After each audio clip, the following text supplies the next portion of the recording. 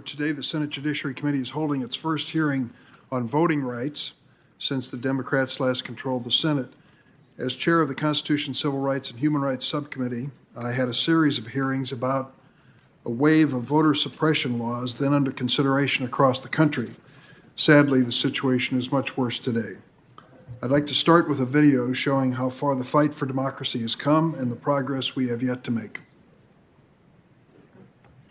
Those who founded our country knew that freedom would be secure only if each generation thought to renew and enlarge its meaning. Americans of every race and color have worked to build a nation of widening opportunities. Now, our generation of Americans has been called on to continue the unending search for justice within our own borders. We can understand how this all happened, but it cannot continue. We must say, wake up, America, wake up, for we cannot stop. When you see something that is not right, not fair, not just, say something, do something. We believe that all men are entitled to the blessings of liberty. We hold these truths to be self-evident, that all men are created equal. Yet millions are being deprived of those blessings. Legislative measures limiting ballot access are now moving through 47 state houses right now. The new law, for example, prevents anyone but a poll worker from handing out water or food to voters waiting in those notoriously long lines that are much more common in counties with larger black and brown populations. And look throughout history, and you will know that what is taking place today is a new Jim Crow in a suit and tie. We all know that this is not a Democratic or Republican issue. It is an American one.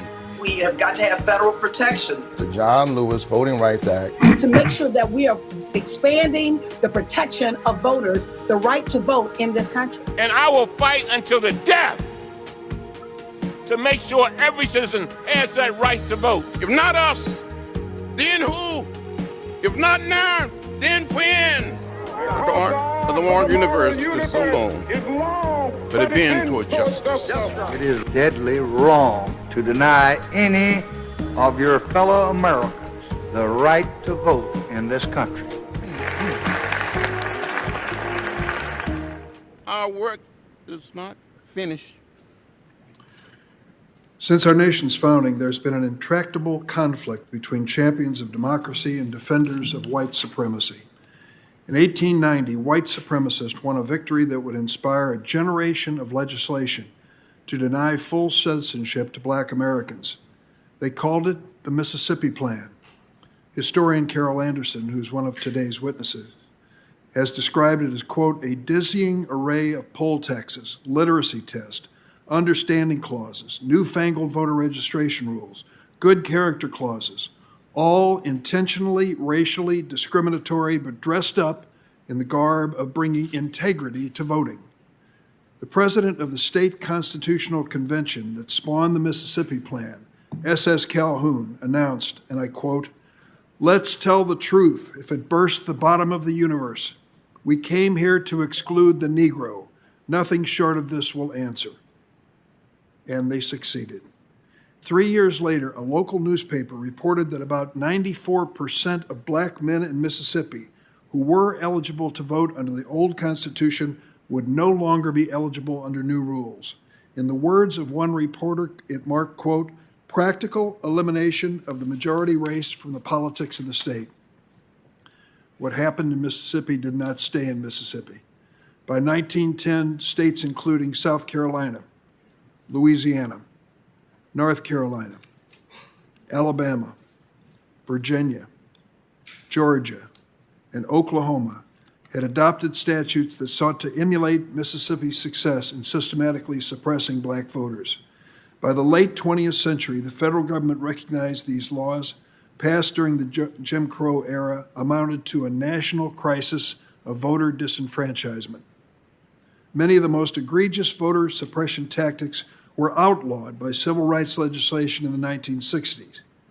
But the insidious effort to suppress the right of voters of color has evolved and continued, most recently through a scourge of voter suppression laws introduced in state capitals across America. Just this year, more than 360 bills with restrictive voting provisions have been introduced in 47 states. These new pieces of legislation may not involve literacy tests or counting the number of jelly beans in a jar like the original Jim Crow. But make no mistake, they are a deliberate effort to suppress voters of color. This is the reality of our political landscape following the Supreme Court's Shelby County versus Holder decision in 2013, which gutted the Voting Rights Act. Some of the new proposed laws requires voters to show ID and cut back early voting. One Texas bill would make it a felony for election officials to distribute absentee ballot applications. The law that's received the most attention in recent weeks is the one that Georgia's governor signed last month. It'll make it harder for Georgians to vote early or by absentee ballot, and make it a crime to offer water to voters waiting in line. It wasn't long ago that an American could be barred from voting for failing to guess the number of jelly beans in a jar. Now they might not be able to vote because they're stuck in a lengthy line on a hot day, and they can't even receive a drink of water from a Good Samaritan. Why are states like Georgia making it harder for Americans to exercise our most fundamental right? The response from proponents of these laws is that they help maintain the integrity of the election system, another tactic taken straight from the Mississippi Plan playbook. But President Trump's officials at the Department of Homeland Security declared that the 2020 election was the most secure election in American history. Some of my colleagues on this committee were on the same ballot as President Trump, and they're willing to accept the results that showed their re-elections valid. So if our elections are secure, these laws aren't really about integrity. What is the problem that lawmakers in Georgia want to address with the new law? The problem is obvious. Too many voters are showing up. Georgia law saw historic voter turnout during the last election. Among Georgia voters who returned absentee ballots, we get an answer to our question.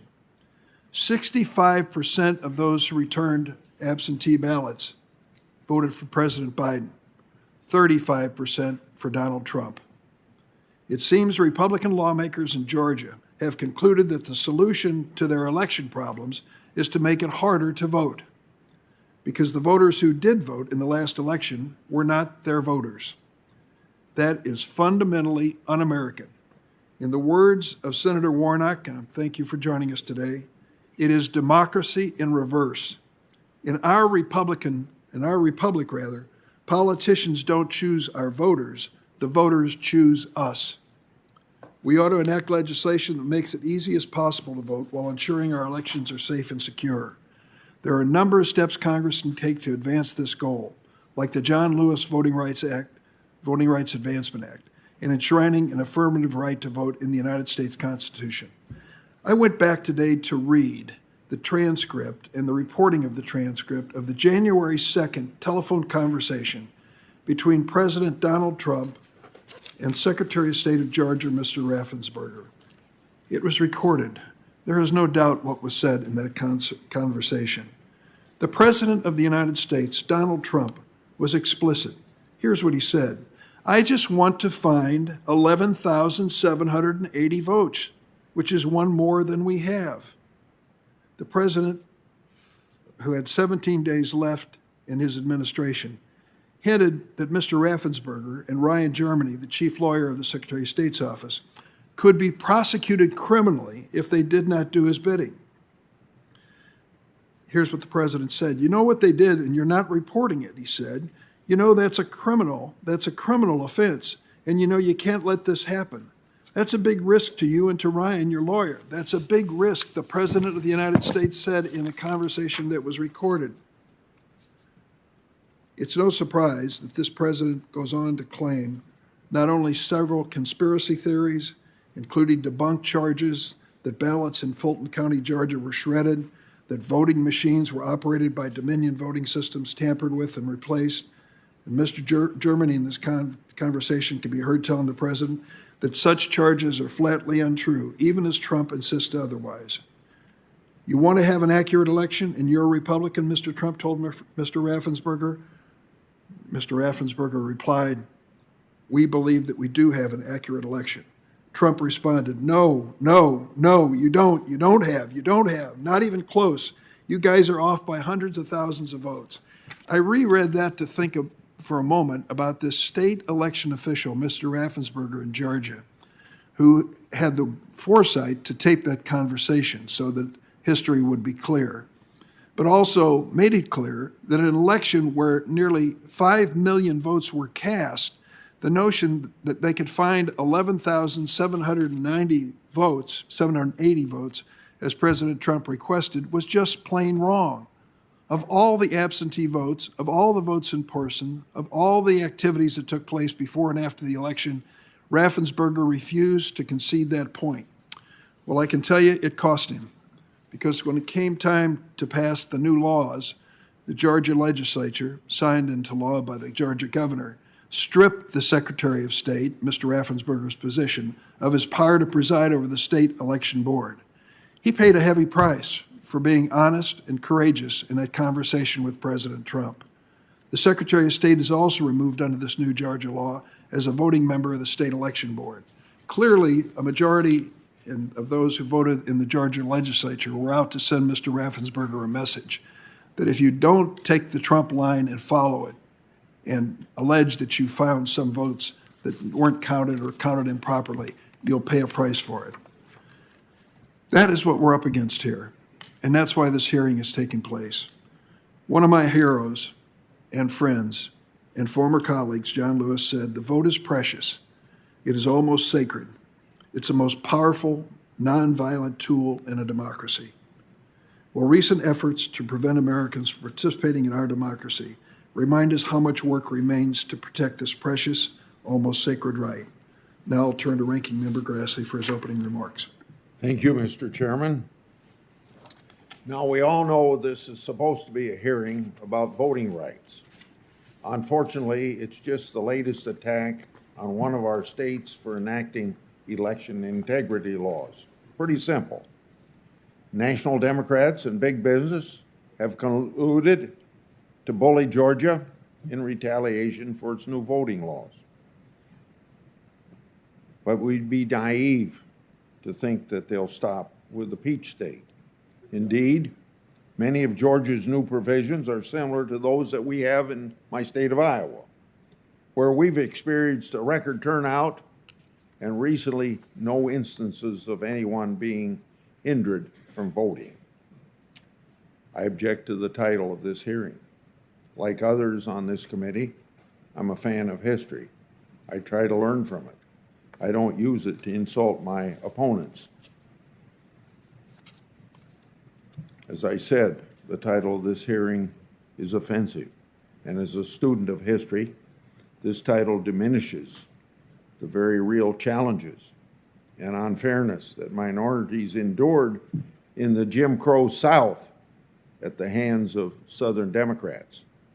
The right to vote should not be political. We should all agree that participating in America's democracy at the ballot box is a fundamental right. It's a right we should want to protect, and it should not become a political football. At a time when voters on both sides of the aisle have doubts about the integrity of our elections, polarizing rhetoric distorts history is not helpful. I'm eager to hear from Congressman Owens what he thinks about these comparisons of voter ID requirements to the evil system of legalized racial oppression in which he grew up. There's a lot of falsehoods being peddled about the new Georgia law. When President Biden repeatedly said that Georgia ended voting hours early, the liberal Washington Post gave him 4 Pinocchios in his fact check. Their fact checker was shocked that after the 4 Pinocchios, Biden kept repeating the same false claims. It goes to show that these claims about Georgia aren't about truth, they're about politics. And it goes beyond politics. The concerted efforts of liberals and their allies to mislead about Georgia's voting laws have had terrible effects on Georgia itself. There's an organized campaign started to make big business punish the people of Georgia for their political choices. When you make political comments and it hurts people's pocketbooks, it ought to be something everybody be offended by. Most infamously, Major League Baseball moved the All-Star game from Atlanta, a move that's likely to cost the city's economy 100 million jobs, and that's affecting the income of Georgians and probably some jobs in Georgia. A state senator lost his job at a prominent law firm after political activists took a break from fleecing their donors to get him fired for his work as a citizen legislator. When partisans and companies collude to ruin the livelihoods of their opponents, there's a term for that. It's economic terrorism. The American people don't like this. A recent NPR poll asked whether people support or oppose professional sports using their public roles, positions, and events to influence politics. 55% opposed it, only 40% supported it. On the other hand, the American people do like secure elections. A recent poll showed that 77% of the Americans support voter ID laws, including 74% of the independents. 66% even support voter ID for absentee ballots. 80% agree that states need to balance no-excuse voting with election integrity safeguards. 93% say that the voter registration rolls should be accurately maintained, with 83% saying states should remove old registers. I don't get it when we hear, not just in Georgia, but other states, that there's something wrong when somebody died, that they ought to be removed from the voting rolls. In 2021, I'm not sure that apple pie would poll as well as the common sense election integrity. I can tell you the people of Iowa, whom I represent, like secure elections. That's why we recently passed laws to do just that. I have a statement for the record from our Secretary of State explaining how we work to make election laws easy and honest. This last election showed why secure elections are necessary. We'll be hearing from our Democrat friends that voter fraud is so rare that we don't need to take steps to prevent it. But in Iowa, 2nd District, Representative Marianne Miller Meeks won a race last fall by just 6 votes. That's 6. Every vote counts in Iowa, which means they better be legitimate. In fact, during each election in Iowa, we find numerous instances of double voting. It's not a big number, but it does happen. And with congressional races being decided by only 6 votes, it obviously matters. At the same time, I want to be clear. There's no evidence of anyone being unable to vote in Iowa due to our voting security provisions. All this talk about the importance of voting from Democrats is less than amusing. Just last month, Speaker Pelosi tried to use the power of her majority to throw Dr. Miller Meeks out of the House 2nd District in Iowa, even though her election was fully certified. It was fully certified by a committee of 3 elected Republicans and 2 elected Democrats. Her opponent didn't want to admit she lost, but she skipped court, and Democrat super lawyer, who, by the way, is facing sanctions in Texas, tried to change the results of the House instead. When people will stop at nothing to win races, it's more important than ever that our election laws be secure. Sadly, my friends on the other side seem to disagree. Elections and voting legislation that's been proposed in Congress will take away the ability of states to establish their own voting rules. I hope to hear from Secretary Gardner why it's so important for states like Iowa, New Hampshire, and Georgia to manage their own elections, and why federalized election rules are bad for election integrity and for voter participation. I hope to hear from President Pro Tem Jones, about what really happened in Georgia, not the made-for-TV headlines about Jim Crow 2021, but a sensible, fair, common-sense effort that they made to increase voter confidence in their election. Basic claims of voter suppression are just as corrosive to our democracy as baseless claims of voter fraud. And we heard too much about that from last November. We should all be committed to making elections accessible and secure to maintain the confidence of the voters. And when I hear about voter suppression and the loser in this election lost by more, with more votes than anybody loser ever in the history of the country got, and the winner won by more than any winner in the history of elections, and you're telling me about voter suppression, the way people turn out? Give me a break. Thank you, Senator Grassley. We're speaking about what happened since that election in state legislatures across the country. Since 2014, Senator Leahy has led the efforts in the Senate to restore the Voting Rights Act. Due to a conflict with the Appropriations Committee hearing this morning, he may not be able to question witnesses, but he's asked to make opening remarks, and I'm going to extend the same courtesy to Senator Cornyn after Senator Leahy is finished. Senator Leahy. Well, thank you, Mr. Chairman, and I do appreciate the courtesy. I think it's excellent that you're holding this timely hearing. I think this is the greatest crisis facing our democracy today. I look at my own state of Vermont, where everybody can vote, is encouraged to vote. We do everything possible to vote. We elect a Republican governor and a Democratic lieutenant governor. Every vote counts, and we make sure they do. And people in my state look at what happened in the Georgia legislature. They cannot understand that is happening in the 21st century. You know, the 2020 election should be a great source of pride for our nation. We suffered through a deadly pandemic, but even so, more Americans voted in 2020 than in any modern time in modern history, both Republicans and Democrats. But instead of celebrating that significant achievement, the former president mounted a campaign of misinformation, spreading the big lie that widespread voter fraud led to his defeat. And his disinformation campaign led directly to the violent assault on the nation's capital that took the lives of 5 Americans.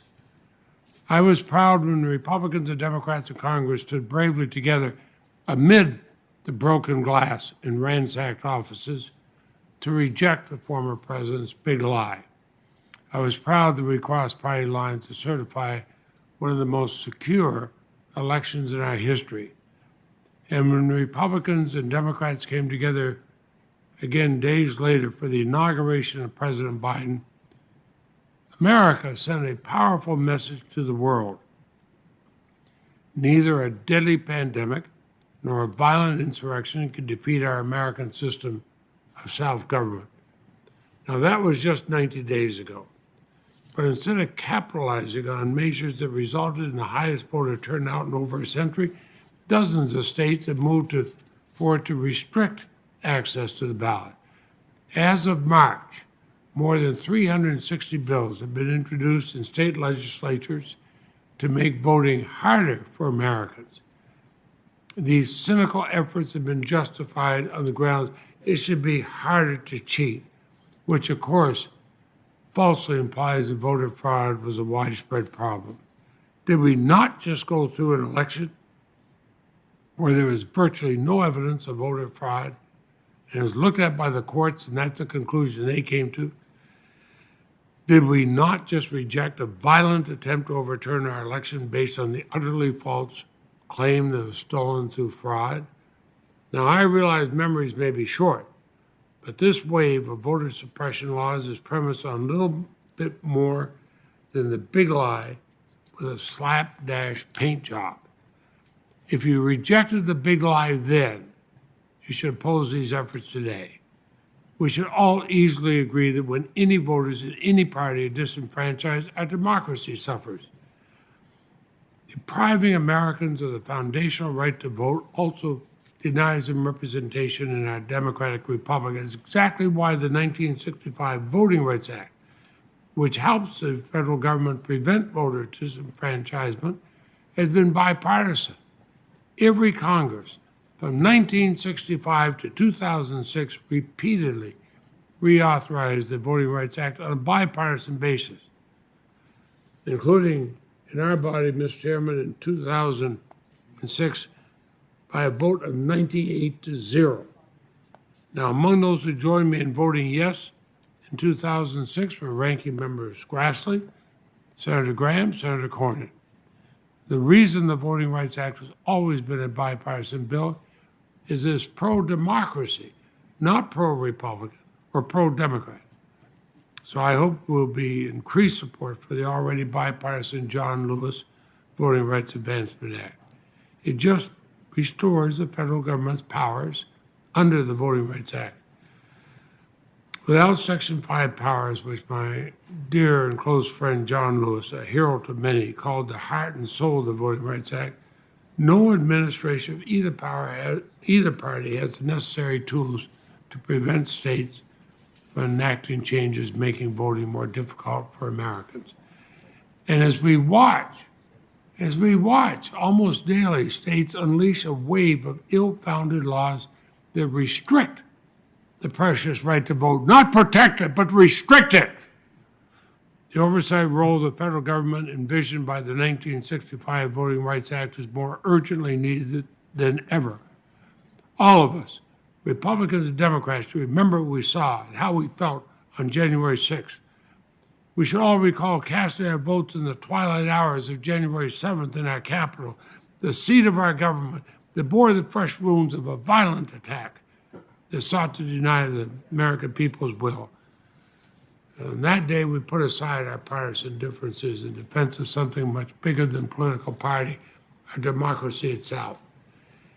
In the months ahead, Mr. Chairman, I hope we can answer that same call to defend our sacred right to vote, the right that gives democracy its name. Thank you.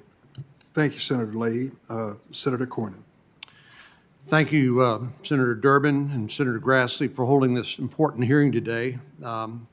This is an important topic, but I don't think we do justice to this topic by entitling this Jim Crow 2021.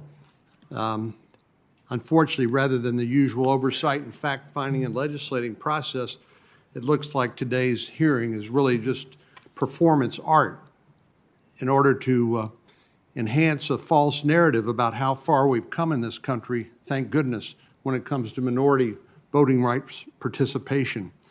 The right to cast a ballot, of course, is the cornerstone of our democracy. It's the process through which the will of the people is heard and turned into action. The very basis for the legitimacy of our laws is the consent of the governed, and they consent by electing their public officials at the ballot box.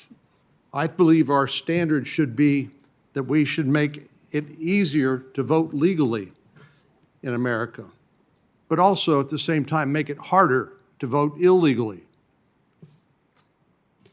Well, sadly, the right to vote was denied to a generation of Americans based solely on their gender or race. This type of discrimination stands in stark contrast to the founding principles of our country. And I hope I can speak on behalf of everyone in this room when I say we need more Americans to participate in our democracy, not fewer. In Texas in 2020, we had a historic turnout of registered voters, 66% of registered voters of all ethnicities and race. Just as Americans have a right to make their voices heard in our elections, Congress has a responsibility to make sure those elections are fair and free.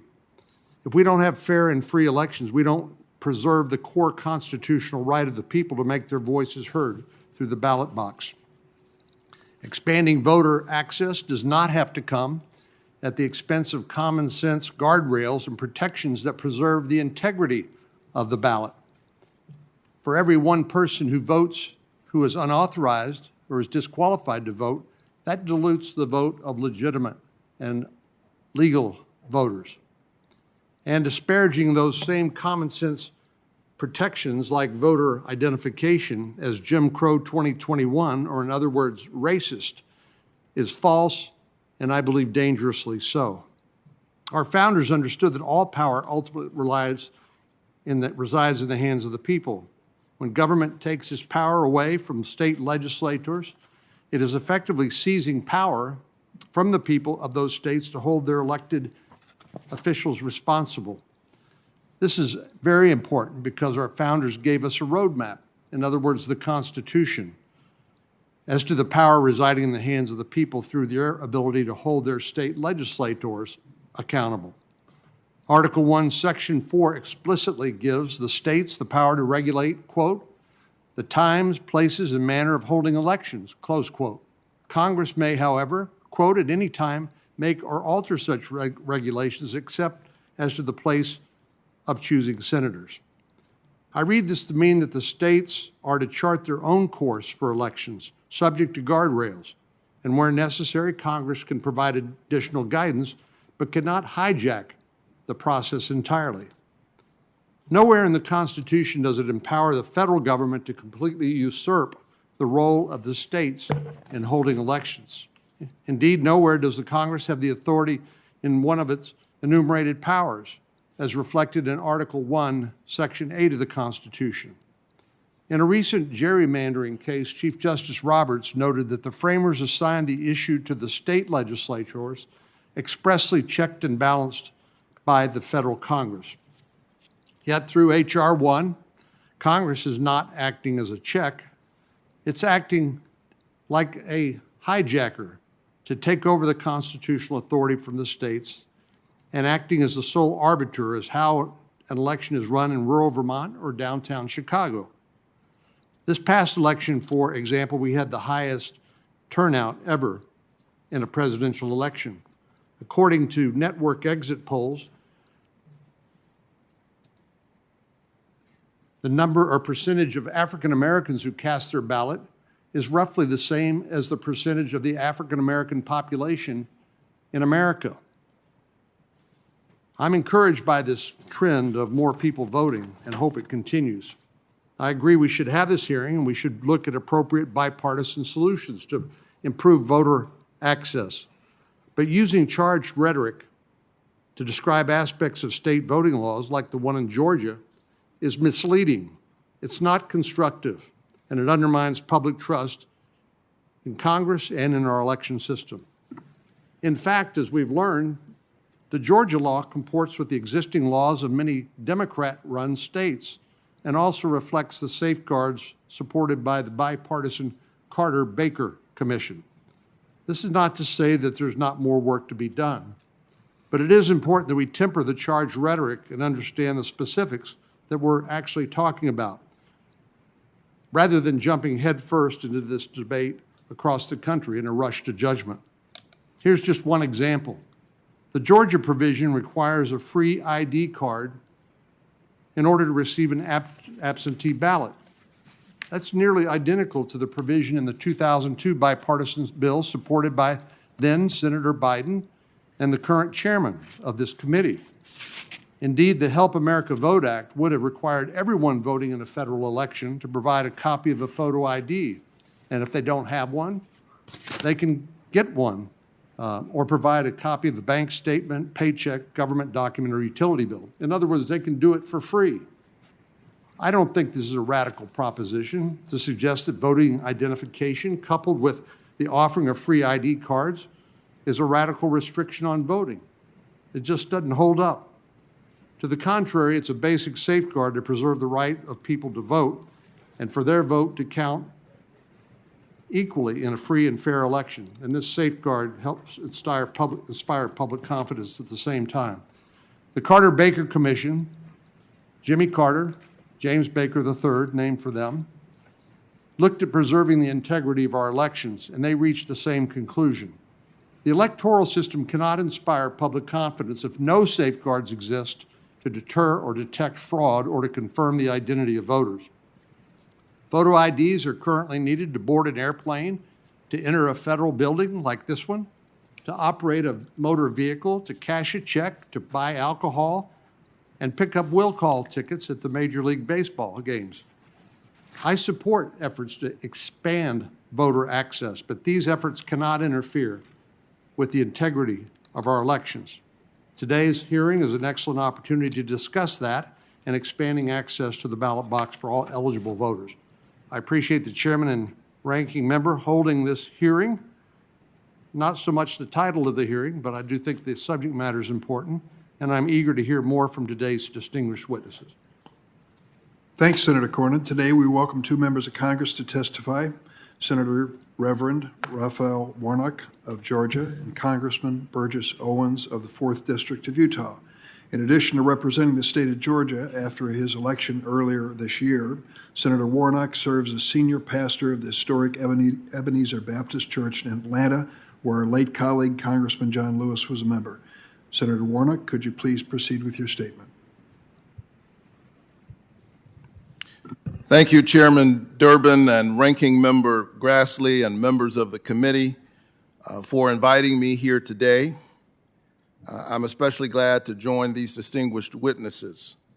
Mr. Chairman, I've come here today to stress the critical need for the federal government to act urgently to protect the sacred right to vote. America is a land where possibility is born of democracy. Our vote is our voice, a chance to help determine the direction of our country and our own destiny within it. Record numbers of Georgians used their voices and voted in the last election. And in response to this swell in Democratic participation, politicians in our state legislature responded not in celebration, but with retaliation. They could have gotten busy having not seen the outcome that some of them wanted. They could have gotten busy changing their message or adjusting their policy. Instead, they got busy changing the rules as if the democracy belongs to them and not the people. We've seen voter suppression bills since the election in November and January all across this country. 360 voter suppression bills in 47 states, an increase of 100 bills since I highlighted this issue on the Senate floor just a month ago. As of today, 5 of these bills, including in my own state of Georgia, have been signed into law. These efforts vary in exactly how they suppress voting. Some new laws, like in Georgia, will make it harder to vote by mail. Some will make lines that are already too long longer. Harder to cast a provisional vote. The new law also gives state politicians, some of the same politicians who still today refuse to acknowledge President Biden's lawful and decisive victory, the power to override local election officials.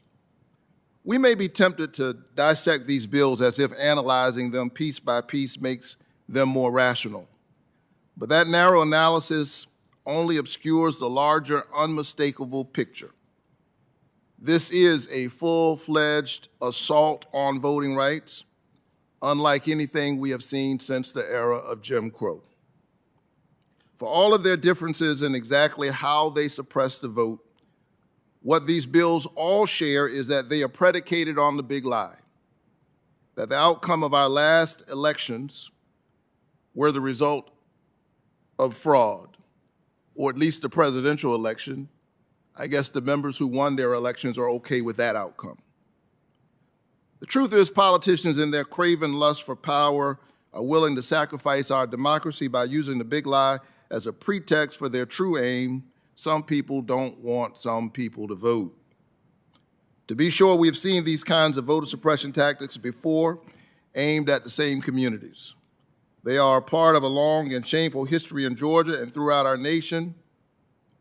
But that history is also filled with moments of hope and promise, when our nation has come together in recognition that preserving our democracy is absolutely essential. Voting rights are preservative of all other rights. Just 15 years ago, the United States Congress reauthorized the Voting Rights Act of 1965 under a Republican president. and with a bipartisan vote in the Senate of 98-0. At the time, our colleague, Senator Mitch McConnell, praised its passage, declaring it a law that would make a difference for all of America. Many members of this committee, including the chair and the ranking member, enthusiastically voted in favor of it. That was 2006.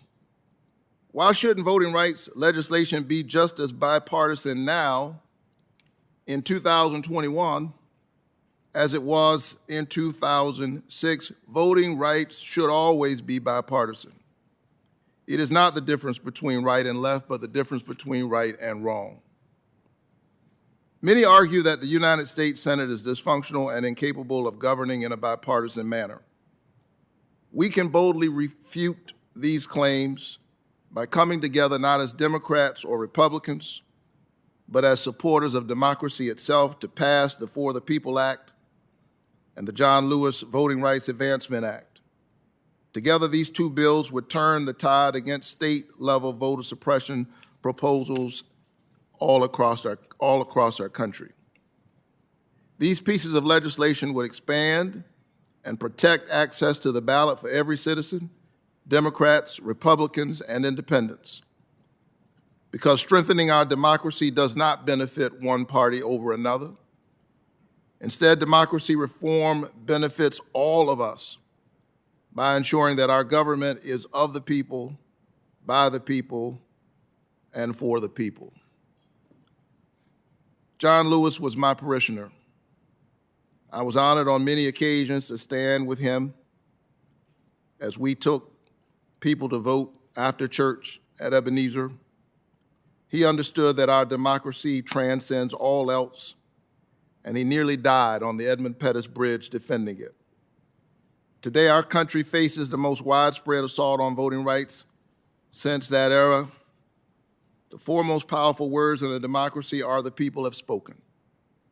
The highest and most sacred action that the Senate can take is to protect the right of the people like it did in 1965. As we move forward in this discussion, I've asked myself on many occasions, what would have happened had we not passed federal legislation affirming the covenant of our democracy in 1965? Where would Georgia be? How would it prosper on the other side of a segregationist curtain? If we had not acted in 1965, what would our country look like? Surely I would not be sitting here, only the 11th black senator in the history of our country and the first black senator in Georgia. And maybe that's the point. It concerns me that some don't hear the irony in their statement that we must protect minority rights in the Senate while refusing to protect minority rights in the society. We've got to act. History is watching us. Our children are counting on us, and we must pass federal voting rights legislation no matter what. Thank you, Senator Warnock. Senator Grassley, would you please introduce your guest? It's a great pleasure to introduce him, and most people probably know him better as an outstanding NFL football player, but it's my pleasure to introduce Congressman Burgess Owens. Congressman Owens represents the great state of Utah, along with our colleagues, Senator Mike Lee and Romney. Congressman Owens is a new addition to the House, and we're so pleased to have him here with us this morning. Thank you, Chairman Durbin, Ranking Member Grassley, and members of the committee for the invitation to join you today at this hearing. My American story begins with my great-great-grandfather, Silas Burgess, who arrived in America as a child, shackled in the belly of a slave ship. Silas was sold on an auction block with his mother in Charleston, South Carolina, to the Burgess plantation. He escaped through the Underground Railroad and later became a successful entrepreneur, purchasing 102 acres of farmland paid off in 2 years. My grandfather, Oscar Kirby, served our country in World War I and was a respected and successful farmer, raising 12 children, all of them graduating from college. My father, Clarence Burgess Owens Sr., was stationed in the Philippines at the end of World War II. When he returned home to Texas, actual Jim Crow laws denied him the postgraduate education. Raised in a generation that used this as motivation, he received his PhD in agronomy at Ohio State University and had a successful career as professor, researcher, and entrepreneur. I grew up in the era of actual legalized institutional racism. I grew up in the Deep South in Tallahassee, Florida, in the 1960s during the days of KKK, Jim Crow, and segregation. My first experience with white Americans was at 16 years old. At 18, I was the third black athlete to receive a scholarship to play football at the University of Miami. Now I proudly represent Utah's 4th Congressional District in the U.S. Congress. I sit today before you as someone who's lived the American dream, as have millions of other Americans of all races from every background. This is due to our country's mission statement that all men and women are created equal. A mission statement that every American should have the equal opportunity for life, liberty, and the pursuit of happiness. But as someone who's actually experienced Jim Crow laws, I'd like to set the record straight on the myth regarding the recently passed Georgia state law and why any comparison between this law and Jim Crow is absolutely outrageous. Here are a few examples of my own life of what Jim Crow laws actually look like. At the age of 12, my father allowed me to participate in a demonstration with college students in front of the segregated Florida State Theater, where because of our color, we could not enter. I was the youngest participant there. Only 50 years later did I learn that my father had parked across the street to watch and make sure I was safe. In the 7th grade, my school never received new books. Instead, we received books from the all-white school across town. At service stations, there were white men-only restrooms, white women-only restrooms, and a filthy restroom in the back of the station for black Americans designated as colored. In addition, Jim Crow laws like poll tax, property tests, literacy tests, and violence and intimidation at the polls made it nearly impossible for black Americans to vote. The section of the Georgia law that has brought so much outrage from the left simply requires any person applying for absentee ballot to include evidence of a government-issued ID on their application. If a voter does not have a driver's license or ID card, that voter can use a current utility bill, bank statement, government check, paycheck, or any other government document that shows a name and address of this voter. If a voter somehow cannot produce one of these above forms of ID, that voter can still vote and cast a vote, provisional ballot. By the way, 97% of Georgia voters already have a government-issued ID. What I find extremely offensive is the narrative from the left that black people are not smart enough, not educated enough, not desirous enough for education to do what every other culture and race does in this country, get an ID. True racism is this. It's projection of the Democratic Party on my proud race. It's called the soft bigotry of low expectation. President Biden said of the Georgia law, this is Jim Crow on steroids. With all due respect, Mr. President, you know better.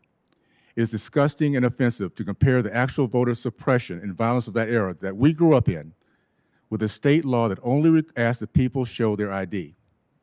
This is the type of fear-mongering I expect in the 1960s, not today. And by the way, literacy tests and poll tests were initiated by the Democratic Party. The intimidation of black Americans by the KKK was initiated by the Democratic Party. Jim Crow, that I grew up in the South, of segregation, was initiated by the Democratic Party.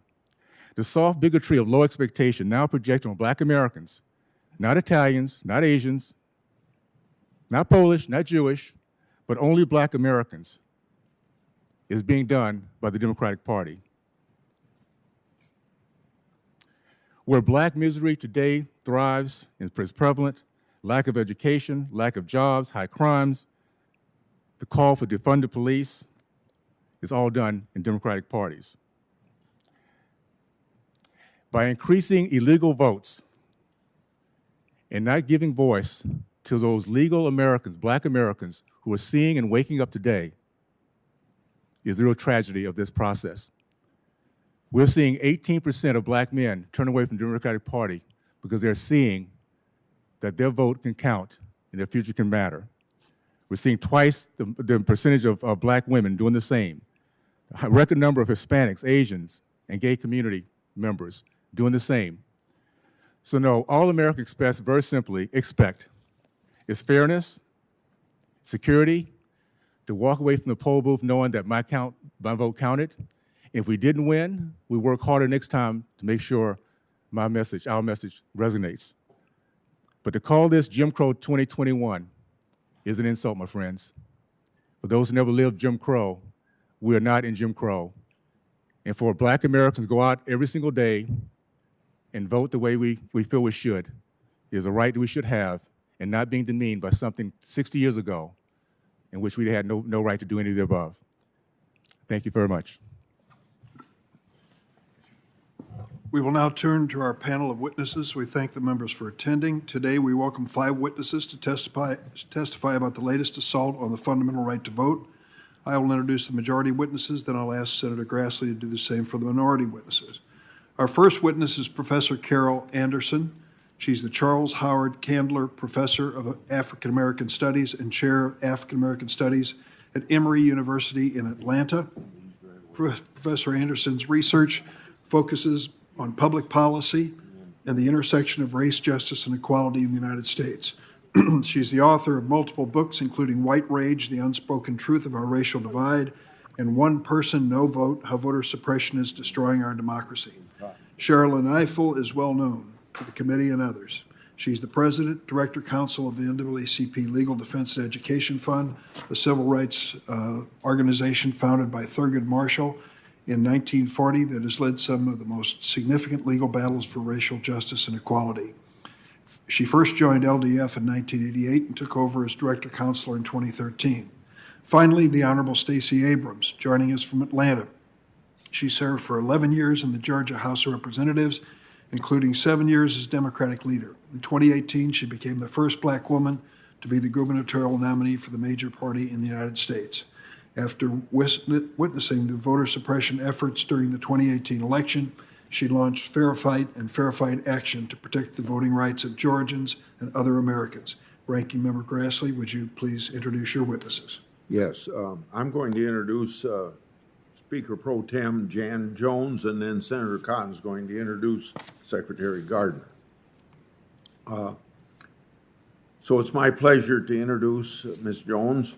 In her nearly 20 years in office, Speaker Jones has distinguished herself as an advocate for changing lives and increasing economic opportunity through improved public education and government that responds to the people. She was elected by her peers to serve as the highest elected woman in the Georgia General Assembly in 2010 after serving as Majority Whip.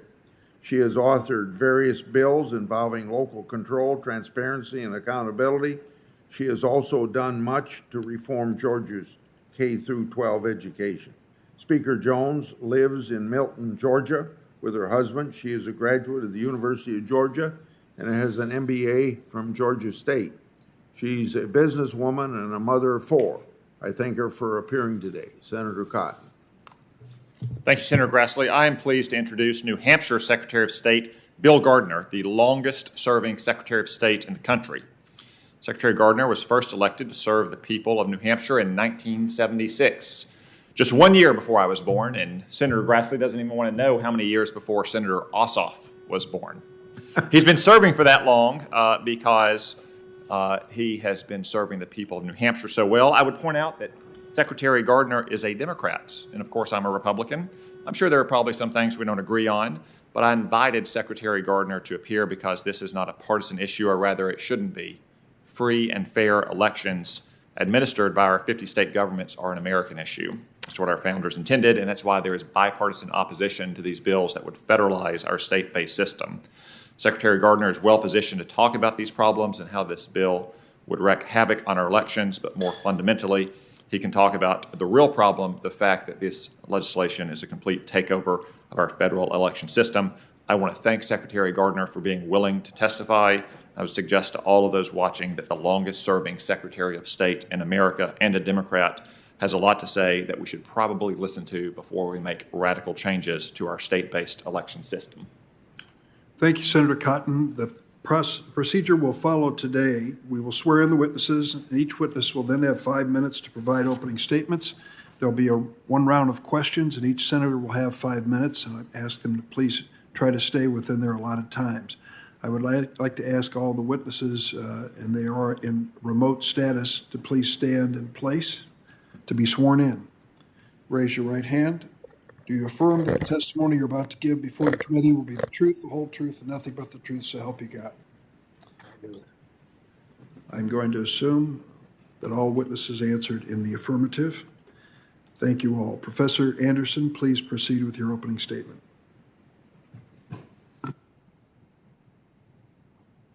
Thank you for this opportunity to speak with you about the history of voting rights. I will focus on three key themes that echo powerfully in today's electoral landscape. One, the target of disfranchisement. Two, the use of race-neutral language to evade the 15th Amendment. And three, the cloaking of disfranchisement under the banner of election integrity. In 1890, during the rise of Jim Crow, legislator James Big Chief Vardaman bragged that the sole reason the Mississippi legislature revised the state's constitution was to eliminate the Negro from politics. Similarly, Virginia Representative Carter Glass, like so many others, rushed to champion a bill in the legislature that would inevitably cut from the existing electorate 4/5 of the Negro voters in the state. I call it bureaucratic violence because it is designed to attack and undermine African Americans' voting rights and other citizenship rights, while providing an aura of legitimacy that physical violence simply cannot bring. What Vardaman and Glass were advocating was an omnibus disfranchisement program, the Mississippi Plan, which was modified throughout the South and included the poll tax, the literacy test, the grandfather clause, and other barriers to the ballot box. Not surprisingly, Black electoral participation dropped precipitously. In 1880, for example, Black voter turnout was 81% in North Carolina. By 1912, a few years after the state amended its constitution to include the poll tax, the literacy test, and the grandfather clause, Black voter turnout had dropped to just 1%.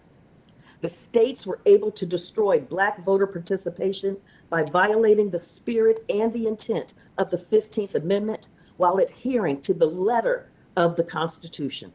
They did so by deploying race-neutral language that used the legacies of slavery as a proxy for race. The poll tax, for example, required all voters to pay a fee to cast a ballot. What the poll tax actually did, though, was to prey on the endemic poverty created by centuries of unpaid labor, followed by the post-Civil War Black codes and then sharecropping. The tax seemed innocuous on its surface, but because of the poverty, it amounted to Black farm laborers paying in 1900 the equivalent of $239 in 2020 to vote. Similarly, the literacy test, which required a voter to read a section of the Constitution, exploited the consequences of denying education to the enslaved for hundreds of years, and then, after the Civil War, grossly underfunding Black schools. The race-neutral ploy worked. The U.S. Supreme Court ruled in the 1898 Williams decision that the poll tax and the literacy test did not violate the 15th Amendment because they applied to everyone who wanted to vote. That decision, of course, ignored that not everyone had to deal with the legacies of having their ancestors enslaved for centuries. The result of the court's blessing of a Jim Crow'd electorate was that by 1940, only 3% of age-eligible African Americans in the South were registered to vote. These states justified erasing millions of American citizens from the ballot box by claiming they were fighting election fraud and protecting democracy. They knew that wasn't the case. The lie of massive rampant voter fraud is serving the same function today as it did during the rise of Jim Crow. It stokes fear in a segment of the population that democracy is in peril and thus provides cover for laws that target Black voters with race-neutral language. In the 21st century, as Indiana implemented the first voter ID law in the nation, Secretary of State Todd Rokita recalled that back in 2001 and 2002, election integrity was a huge issue. There was a fear of votes being stolen, even, he added, if that fear didn't pan out to be true. The fear was still there. In 2021, as Georgia passed SB 202, State Representative Alan Powell admitted that widespread voter fraud wasn't found. It's just in a lot of people's minds that there was. That fictional Loch Ness monster has led Republican legislators in 47 states to propose 361 voter restriction bills to address concerns about supposed voter fraud. If left unchecked, this onslaught of bureaucratic violence will make the Mississippi Plan look tame by comparison. Thank you. Thank you, Dr. Anderson. Secretary of State Bill Gardner is next. Thank you, Mr. Chairman, ranking member, members of the committee. I appreciate the opportunity to speak to you today about a critically important issue that impacts all of us, the integrity of our elections, a foundation of our free society. While I certainly support efforts of individual states to improve their own elections, the states have long been testing grounds for innovation in enhancing and protecting the most fundamental right of the citizens in this country. That's our right to vote. With that said, I am deeply troubled and concerned about the direction some in Congress would take the states in terms of the conduct of elections. An unjustified federal intrusion into the election process of the individual states will damage voter confidence, diminish the importance of Election Day itself, and ultimately result in lower voter turnout. We only need to look at the history of the National Voter Registration Act of 1993, that was commonly called the Motor Voter Law, to see that federal involvement in the election process does not render the promised results. When the NVRA was enacted by Congress, it was believed that many more United States citizens would be able to vote and thus vote. Millions of dollars were spent by the states to comply with that act. It completely changed the voter registration process in the states. In contrast, New Hampshire maintained an exemption to the NVRA due to having Election Day registration at the polling place. And as a result, saw its voter turnout of voting age population surge to the top tier of voter turnout among the states, and has consistently maintained its position in the top 3 states for the past 4 presidential elections. Since the year 2000, New Hampshire has been double-digit percentage points higher than the national average, again using voting age population. The attached voter turnout charts will illustrate these trends, and be very important to take a close look at those charts.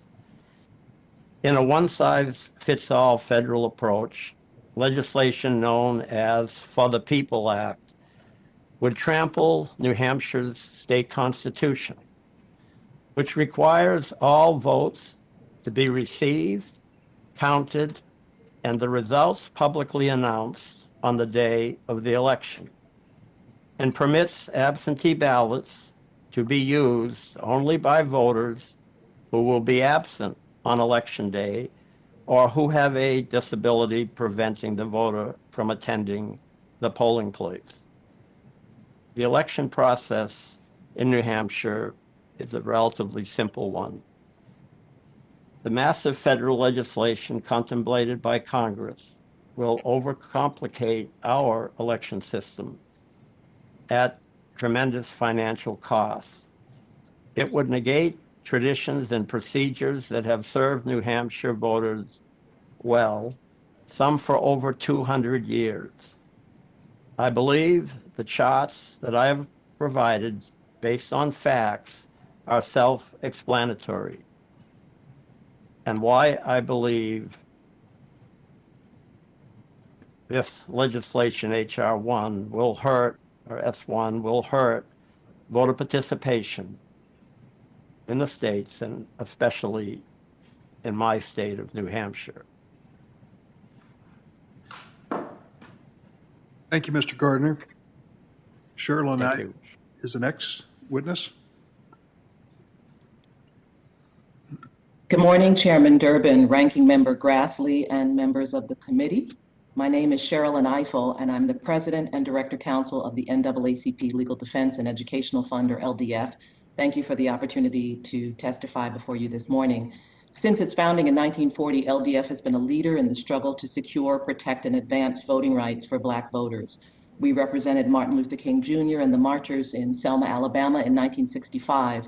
We've litigated seminal cases interpreting the scope of the Voting Rights Act over decades, and we continue to litigate on behalf of and work with communities in the South to strengthen and protect the ability of Black citizens to participate in the political process free from discrimination. Beyond litigation, we monitor primary and general elections every year through our nonpartisan Prepared to Vote and Voting Rights Defender initiatives, and we're a founding member of the nonpartisan Civil Rights Election Protection Hotline, which is now administered by the Lawyers Committee for Civil Rights Under Law. Last year, we partnered with LeBron James and the More Than a Vote initiative to recruit young poll workers for the 2020 election to ensure that polling places could remain open in Black communities despite the COVID-19 pandemic, and over 40,000 new poll workers were recruited as a part of that effort. Our experience last year, outlined in detail in my submitted written testimony, makes clear that contrary to numerous news reports, the 2020 election did not go smoothly. Instead, voters overcame a litany of barriers and obstacles with determination and resilience to produce the highest turnout ever recorded in a presidential election. And voters did so during a nationwide pandemic. Throughout the spring and summer of 2020, LDF was involved in numerous lawsuits and other efforts challenging the lack of safe and accessible voting options for Black and medically vulnerable voters during the COVID-19 pandemic in Texas, Louisiana, Alabama, and South Carolina. Our lawsuits resulted in changes in mail-in voting requirements, identification policies, and curbside voting access, significantly increasing voter protections and accessibility. Nevertheless, voters stood for hours on long lines to cast a ballot during the primary and general elections, up to 9 hours in some instances. Their determination was extraordinary. One elderly African-American woman who fainted while waiting hours online to vote in the general election in Alabama refused to get into an ambulance, insisting that she would stay and cast her ballot. Polling place closures and consolidations created confusion for voters. Robocalls targeting Black and Latino voters in Flint, Michigan, and Detroit encouraged voters to vote on Wednesday rather than the Tuesday, November 3rd election. The Civil Rights Election Protection Hotline received over 30,000 calls from voters facing obstacles to voting in the general election. And in one of the most disturbing features of the 2020 election, voter intimidation at levels not seen for decades became an alarming feature. For example, during early voting, numerous Floridians received emails threatening that the Proud Boys, an extremist far-right group, would come after voters who did not cast their ballots for the Republican presidential candidate. And the efforts at voter suppression continued even after Election Day, stoked and encouraged by the former president. People across the country in Michigan, Arizona, Pennsylvania, and more participated in a campaign to disrupt the counting and certification of ballots cast in those states. The violent attack on the Capitol on January 6 was the result of concerted efforts to undermine faith in the election and to overturn its results.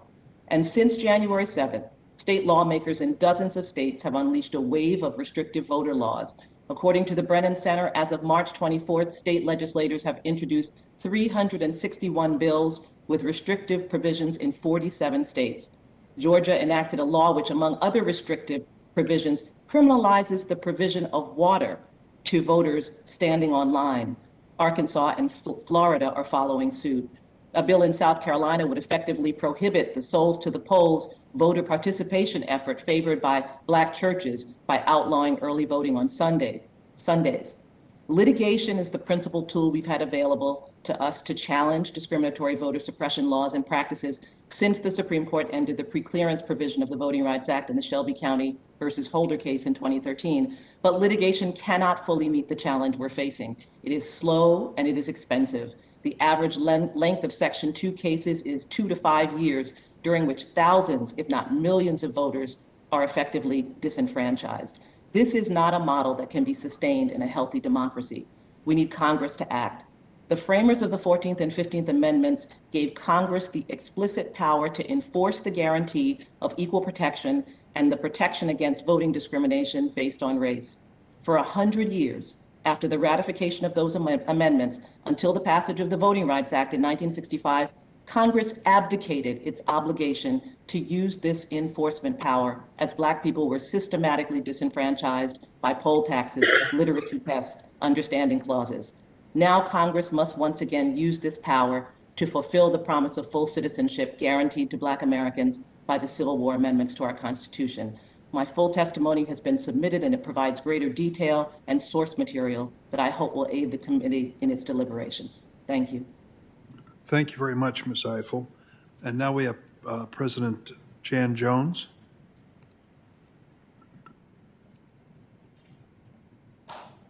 Thank you, Chairman Durbin, Ranking Member Grassley, and distinguished members of the Senate Judiciary Committee for inviting me to testify before today's committee hearing.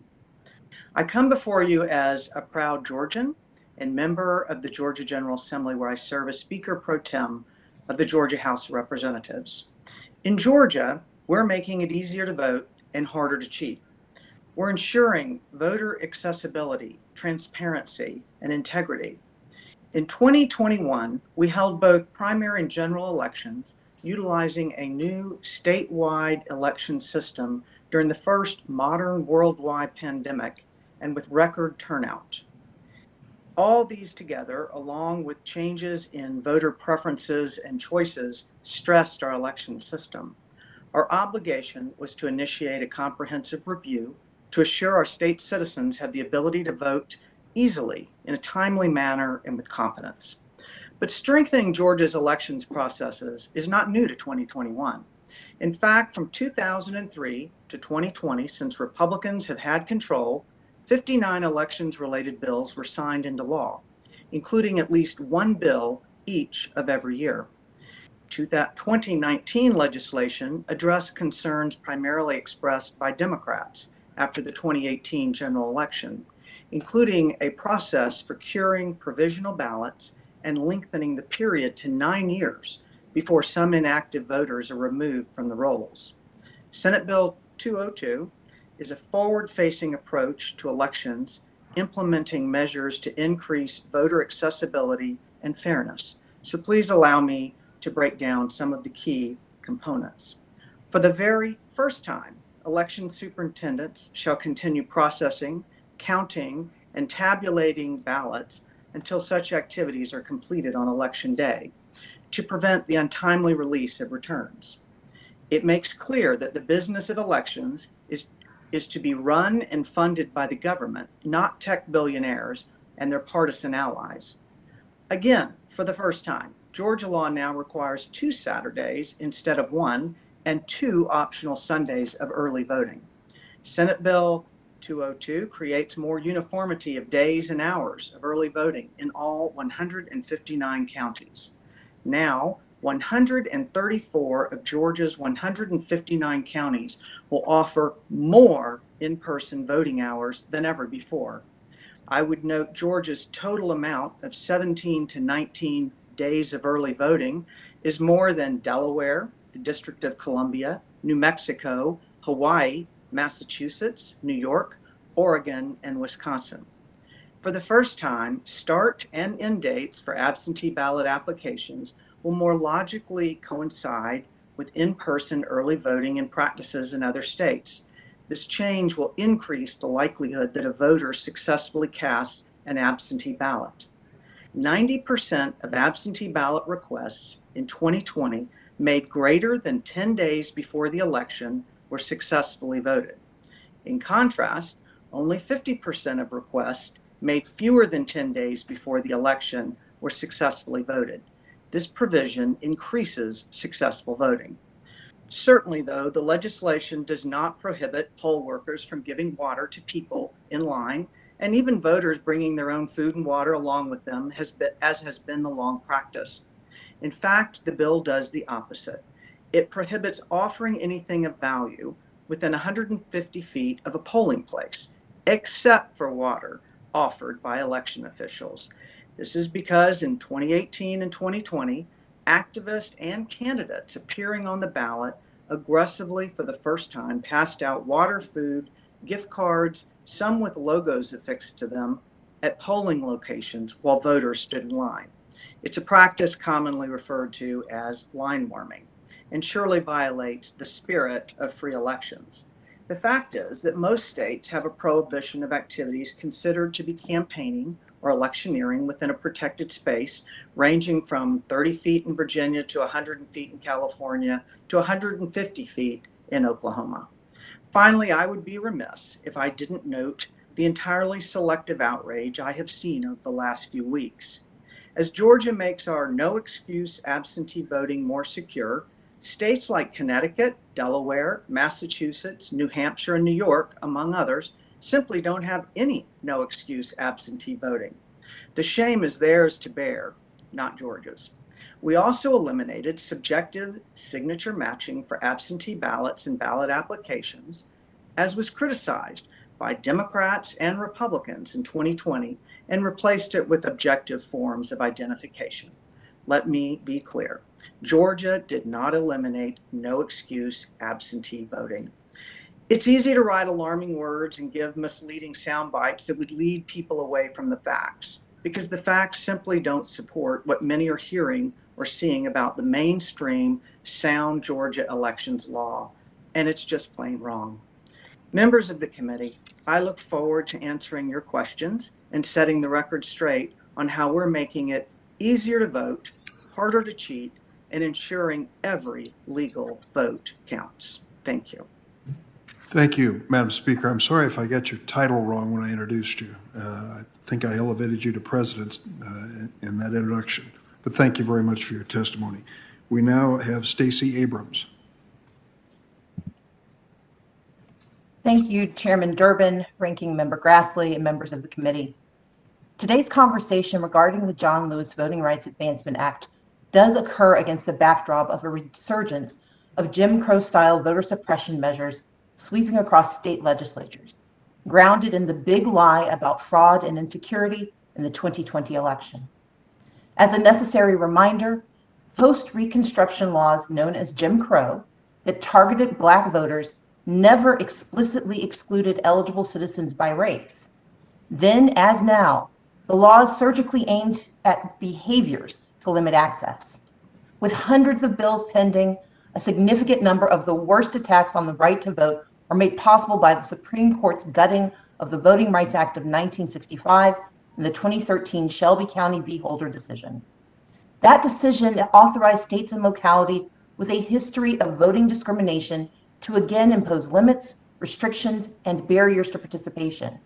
The dramatic proliferation of state-level anti-voting laws across the country in 2021 demonstrates the urgent need for Congress to bring the VRA's pre-clearance formula into the modern era, to reinstate federal oversight over discriminatory voting practices, and to strengthen and protect voting rights wherever suppression occurs.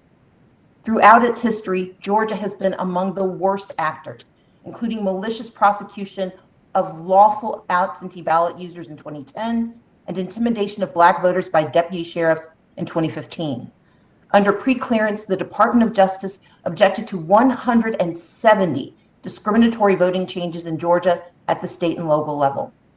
After Shelby removed pre-clearance, analysis showed that Black voters were 20% more likely than white voters to not vote due to poll closures, including an estimated 54,000 to 85,000 voters being unable to cast ballots in 2018 alone after 214 such poll closures. Had the VRA been in effect, these changes would have been examined by a federal court or the DOJ to determine whether they were discriminatory before being put into effect. Georgia voters are now anticipating the deleterious effects on elections created by Senate Bill 202, which relies on misinformation, falsehoods, and flawed analysis to restrict access for voters, primarily targeting communities of color. With dozens of attacks on voting rights embedded in the law, I will highlight only a few. Voters of color in Georgia were more likely than white voters to vote by mail for the first time in the last two election cycles. Suddenly, SB 202 shortens the time period to request to return an absentee ballot application and imposes new restrictive ID requirements that will have an amplified effect on disabled voters, older voters, voters of color, and Black Georgians in particular. Voters of color in Georgia are more likely than white voters to stand in long lines, including the 8-hour debacle that occurred in June 2020. SB 202 criminalizes a volunteer handing a bottle of water or food to voters or their children while in line. Across the country, these state laws target voters of color by restricting access to the ballot for Black, Latino, Asian American and Pacific Islander, and Native American communities. In Texas, Arizona, and Michigan, each are considering laws to restrict voting rights by people of color. When the fundamental right to vote is left to the political ambitions and prejudices of state actors, one who rely on suppression to maintain power, federal intercession stands as the appropriate remedy. Simply put, the John Lewis Voting Rights Advancement Act is essential to the protection of democracy. Protecting voting rights has been a bipartisan endeavor since the enactment of the Voting Rights Act of 1965 and through every subsequent reauthorization. While each of us may likely have a declared party loyalty, our first obligation is to the fundamental standards of democracy, which must be aggressively nonpartisan. Actions taken to restrict access, thwart participation, or discourage engagement are antithetical to our national creed and should be condemned by every patriot. Instead, we must advocate for voting rights, not to ensure the success of a single party or ideology, but to guarantee a vigorous and fair debate amongst Americans of goodwill. It is my profound hope that we will honor the legacy of my late friend, Congressman John Lewis, and the lives of those lost in the fight for a more perfect union by enacting critical legislation into law. I thank you for the opportunity to take part in this important discussion, and I urge you to continue to strengthen our democracy. Thank you, Ms. Abrams. Let me concede at the outset that Jim Crow at its worst was more violent than the situation we face today.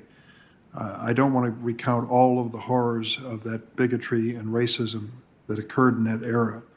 But I think the bottom line question which we are addressing in this hearing is whether there is a design or an intent in legislation that is being considered and passed in many states, including the state of Georgia, to limit or restrict the right to vote of minority populations with the intent of having influence on the outcome of the election. I think that goes without saying. Clearly, there's a difference in the witnesses who appear before the committee. But I'd like to ask Stacey Abrams, for example. The Speaker Pro Tem, Ms. Jones, said earlier that the new Georgia law made it easier to vote in the state. You've recounted a few instances, but can you think of elements in the law that was signed by Governor Kemp which do the opposite? Well, first is this falsity that's been proposed that this is an expansion of rights. Let's be clear. In the state of Georgia, 60% of Georgians live in counties that already had, for example, 2 Saturdays of early voting. What has changed is that now additional counties will join the ranks, and that is a good thing. But at the same time that those counties will join those ranks, they have reduced mandatory dates. They have eliminated weeks of early voting during federal runoffs. And let's be very clear that federal runoffs in Georgia were predicated on a racist premise of eliminating access to the right to vote for African Americans. And they eliminate access to a mandatory weekend voting day. Another example is the falsity that this expands hours for voting. Yes, it codifies that you can vote between 9 to 5 as business hours. But for 78% of Georgians, prior to this bill, the hours for voting during early voting was 7 a.m. to 7 p.m. So this actually eliminates hours of voting and mandates only a shortened period of time. That was the misunderstanding that I think is still misunderstood by the Washington Post, because early voting hours that exceed that are now optional and not mandatory. We have 78% of Georgians who had experienced longer voting hours and now will see shortened hours. In addition, there is a narrative that says that the use of a Social Security number is allowed for returning your absentee ballot if you do not have access to the ID. Well, let's be clear. You cannot apply for an absentee ballot with your Social Security number. You must have some forms of identification that are unavailable to currently 200,000 Georgians. Those are just a few of the issues. And I will certainly address the criminalization of the handing of water. We have to be clear that in the state of Georgia, 8-hour lines for communities of color has become not an unusual circumstance. Usually we've seen between 4 and 8-hour lines. People do not often come prepared to stand in line for the whole of a business day. They certainly don't often bring their food with them. And this ignores the fact that the overworked poll workers who are inside those buildings do not have the time to come out and hand out refreshments since they are busy processing so many voters who have been underserved. And so I would use those as a few examples of why this bill is deleterious in its effect and malicious in its intent. Ms. Jones, I'd like to ask you to respond to this question. There was an allegation made by the former President of the United States relating to the voting in the state of Georgia. He went so far at one point in the recorded conversation to say that 5,000 dead people had voted. Mr. Raffensperger replied that there were only 2 that they could find, and that was 2 too many. But I would like to ask you if you would comment on the 2020 election. Do you believe there was voter fraud in Georgia, as President Trump alleged? You know, I'm here to discuss what's in Senate Bill 202, not relitigate the 2018 election in which my former colleague Stacey Abrams never conceded, nor am I here to relitigate the 2020. What I can say is that the bill does increase accessibility. 47 counties had no 2 Saturdays of voting and will be required to now under this bill. Additionally, not one single Georgian will have reduced hours of voting and early voting because it allows up to 7 a.m. to 7 p.m.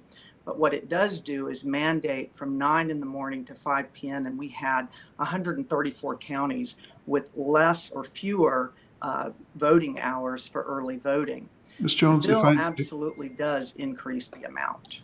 If I could follow through on that, the reason for my question is this. I'm trying to understand the logic behind new voting laws, which would give less time to request absentee ballots, strict new ID requirements for absentee ballots, illegal for election officials to mail out absentee ballot applications and the like.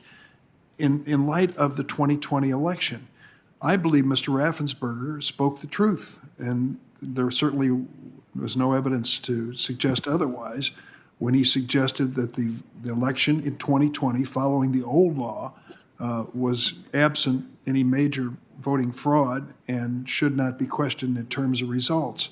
So if the premise was 2020 was sound, why the changes that restricted certain practices that created opportunities for people to vote in Georgia? Thank you, Chairman Durbin, for the question. Since 2003, 59 elections bills have been passed by the Georgia General Assembly, at least one each of every year. After the 2018 elections, we had an elections bill that addressed some of the concerns expressed by Democrats.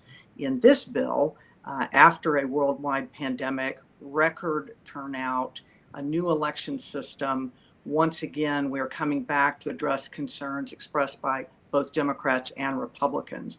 The bill absolutely will reduce the long lines, and it will make clear that it makes clear there has to be proper notice so that voters can know if a precinct is changed. It has to require notice at the old precinct location with a 4-foot by 4-foot sign, also at the new location.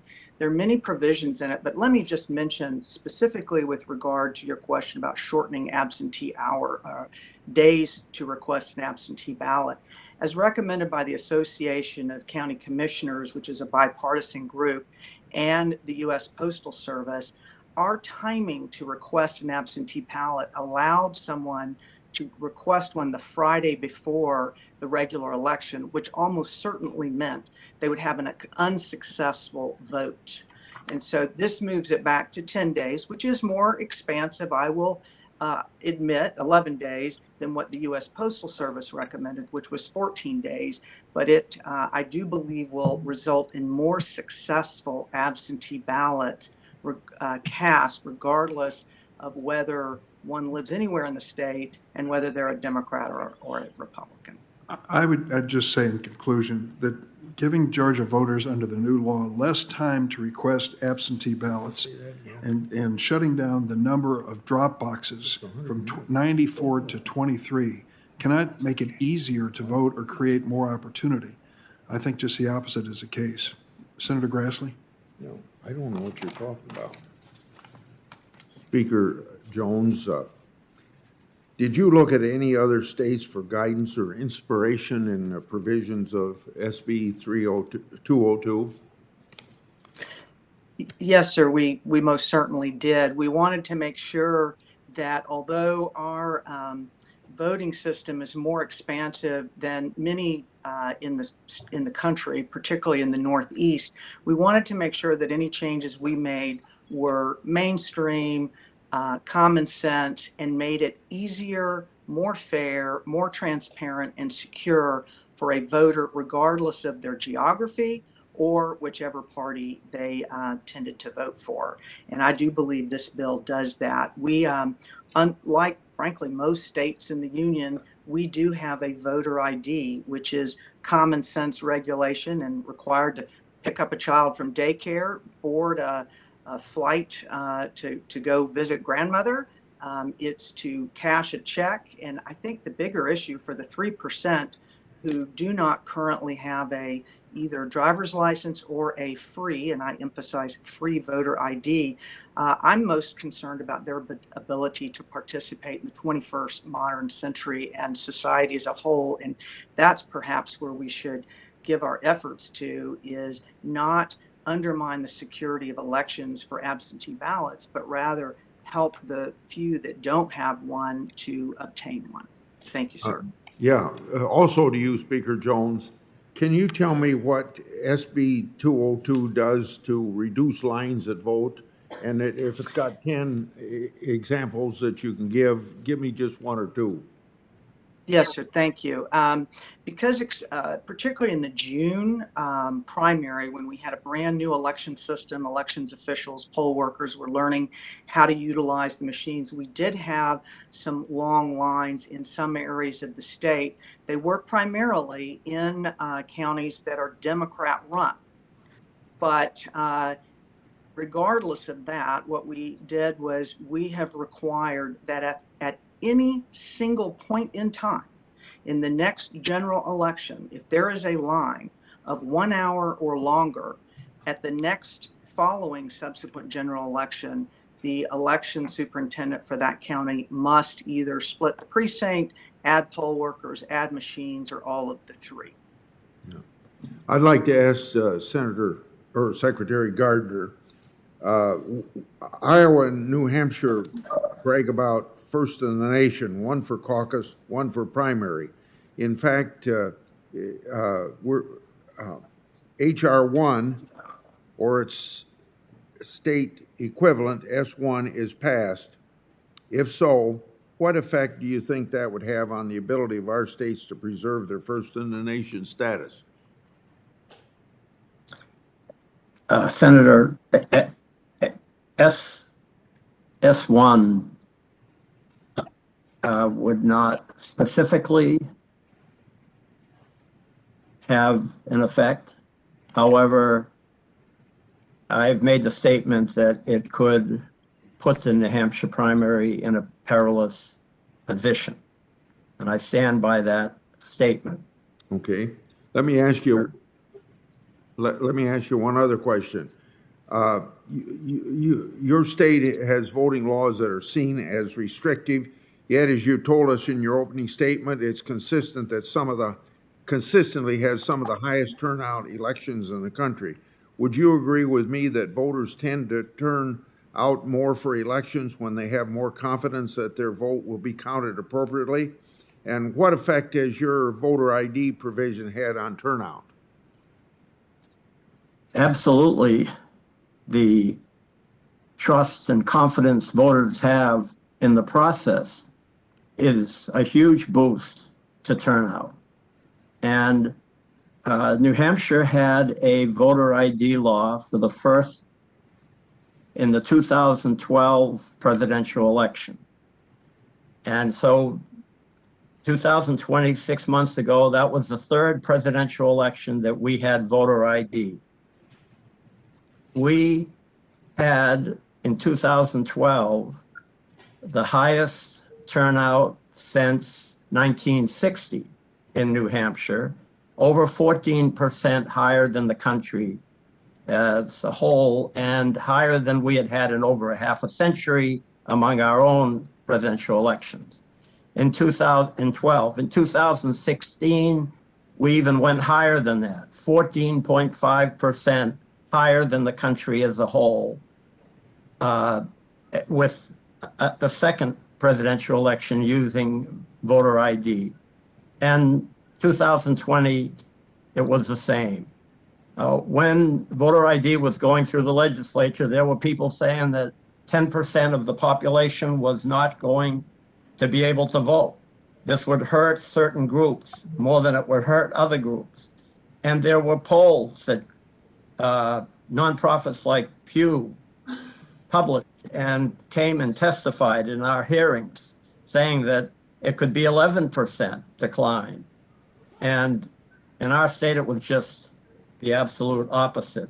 As I said, 3 presidential elections in a row, averaging, you have to go back a half a century. So those are the facts on that issue in New Hampshire. Thank you, Mr. Gardner. Senator Whitehouse, remote. As you know, I am inclined to ask why about things, and I can't help but wonder why, after the Trump administration top election security official and Georgia's own election officials vouched for the integrity of the last elections, did seemingly every Republican-controlled legislative body in the country pivot, as if on command, to file and move voter suppression bills. 361 of them by one count. When you see group behavior, it's often interesting to look for the motivation. Well, you have the big lie that the election was stolen, which allows for skepticism to be brought against elections, even if it's not founded in fact. And at the same time, you have unpopular policies demanded by a Republican donor elite that has every interest in building an electorate that will give the donor elite its policies rather than giving up on their policies in order to attract voters. As our friend Reverend Warnock says, limiting voters serves this, particularly when limiting voters is to make sure that some people aren't voting. And of course, dark money is that donor elite's weapon of choice. And we see the conservative dark money groups have already announced $39 million in spending campaigns to restrict voting rights at the state level and block passage of the For the People Act. And that number is likely going up because these very same groups spent over $100 million in dark money during just the 2018 election cycle. At the state level, we see 2 particular groups very prominent. One, the State Policy Network, and 2, the American Legislative Exchange Council, the so-called ALEC. ALEC is toxic enough that Exxon severed its ties to ALEC. When ExxonMobil thinks it needs to clean up its act by severing from you, that's a pretty strong signal. So ALEC has singled out Representative Jones for praise, calling her an ALEC legislator. ALEC is funded by Koch Industries. It has received millions of dollars from right-wing foundations like the Charles G. Koch Charitable Foundation, the Searle Freedom Trust, the Bradley Foundation, and also through the Identity Laundering Donors Trust and Donors Capital Fund. It's working now with the Heritage Foundation on a $24 million campaign to produce model voting legislation for state legislatures like Georgia's to adopt, and even to hire lobbyists in what they call crucial states. ALEC has created a secret working group on election-related matters led by Cleta Mitchell, who many people will remember for her role backing Trump's efforts to flip Georgia's election results. So ALEC has its hands all over this. There's also the Georgia Public Policy Center, which is the local affiliate of the State Policy Network. Representative Jones has said, I want to publicly say how much I appreciate Georgia Public Policy Foundation. We rely on Georgia Public Policy Foundation's research and work. They've been an invaluable resource to us. Well, guess what? ALEC is an official associate organization of the State Policy Network with the Georgia Public Policy Center. And the overgroup, the SPN, State Policy Network, has paid for dozens of its think tanks to become ALEC members. So there's a lot of back and forth between the dark money ALEC group and the dark money State Policy Network. Like ALEC, State Policy Network is largely funded by big corporations and right-wing family foundations, including the Koch brothers, the Waltons, the Bradley Foundation, the Roe Foundation, the Coors family, and of course, the ubiquitous identity launderers, Donors Trust, and Donors Capital Fund. There are lots of other familiar names moving into this space.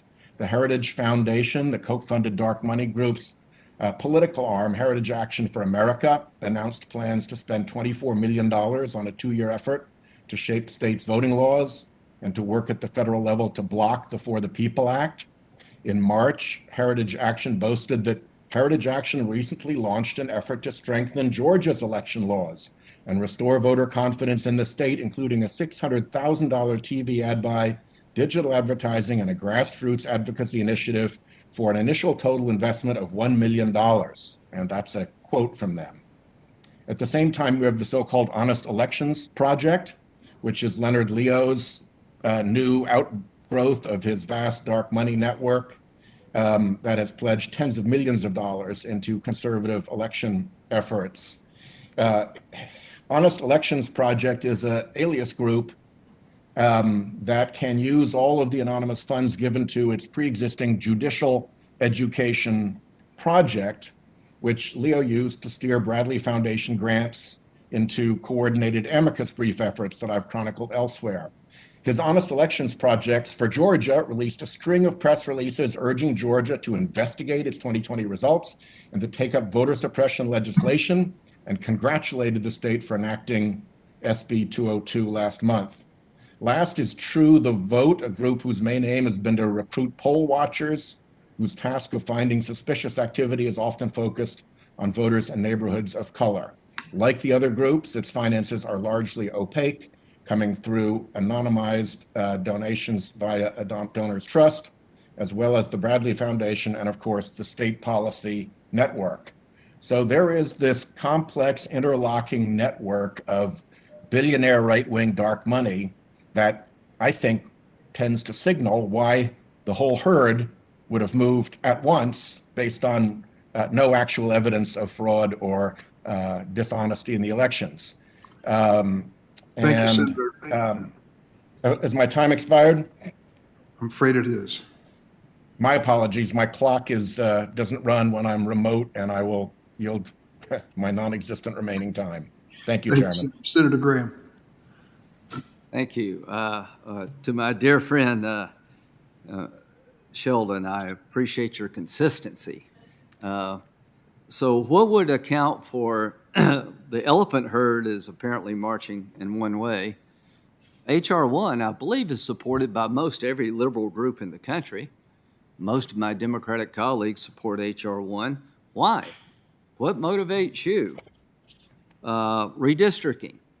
Under your proposal, you would take redistricting away from state elected officials and give it to some independent commission.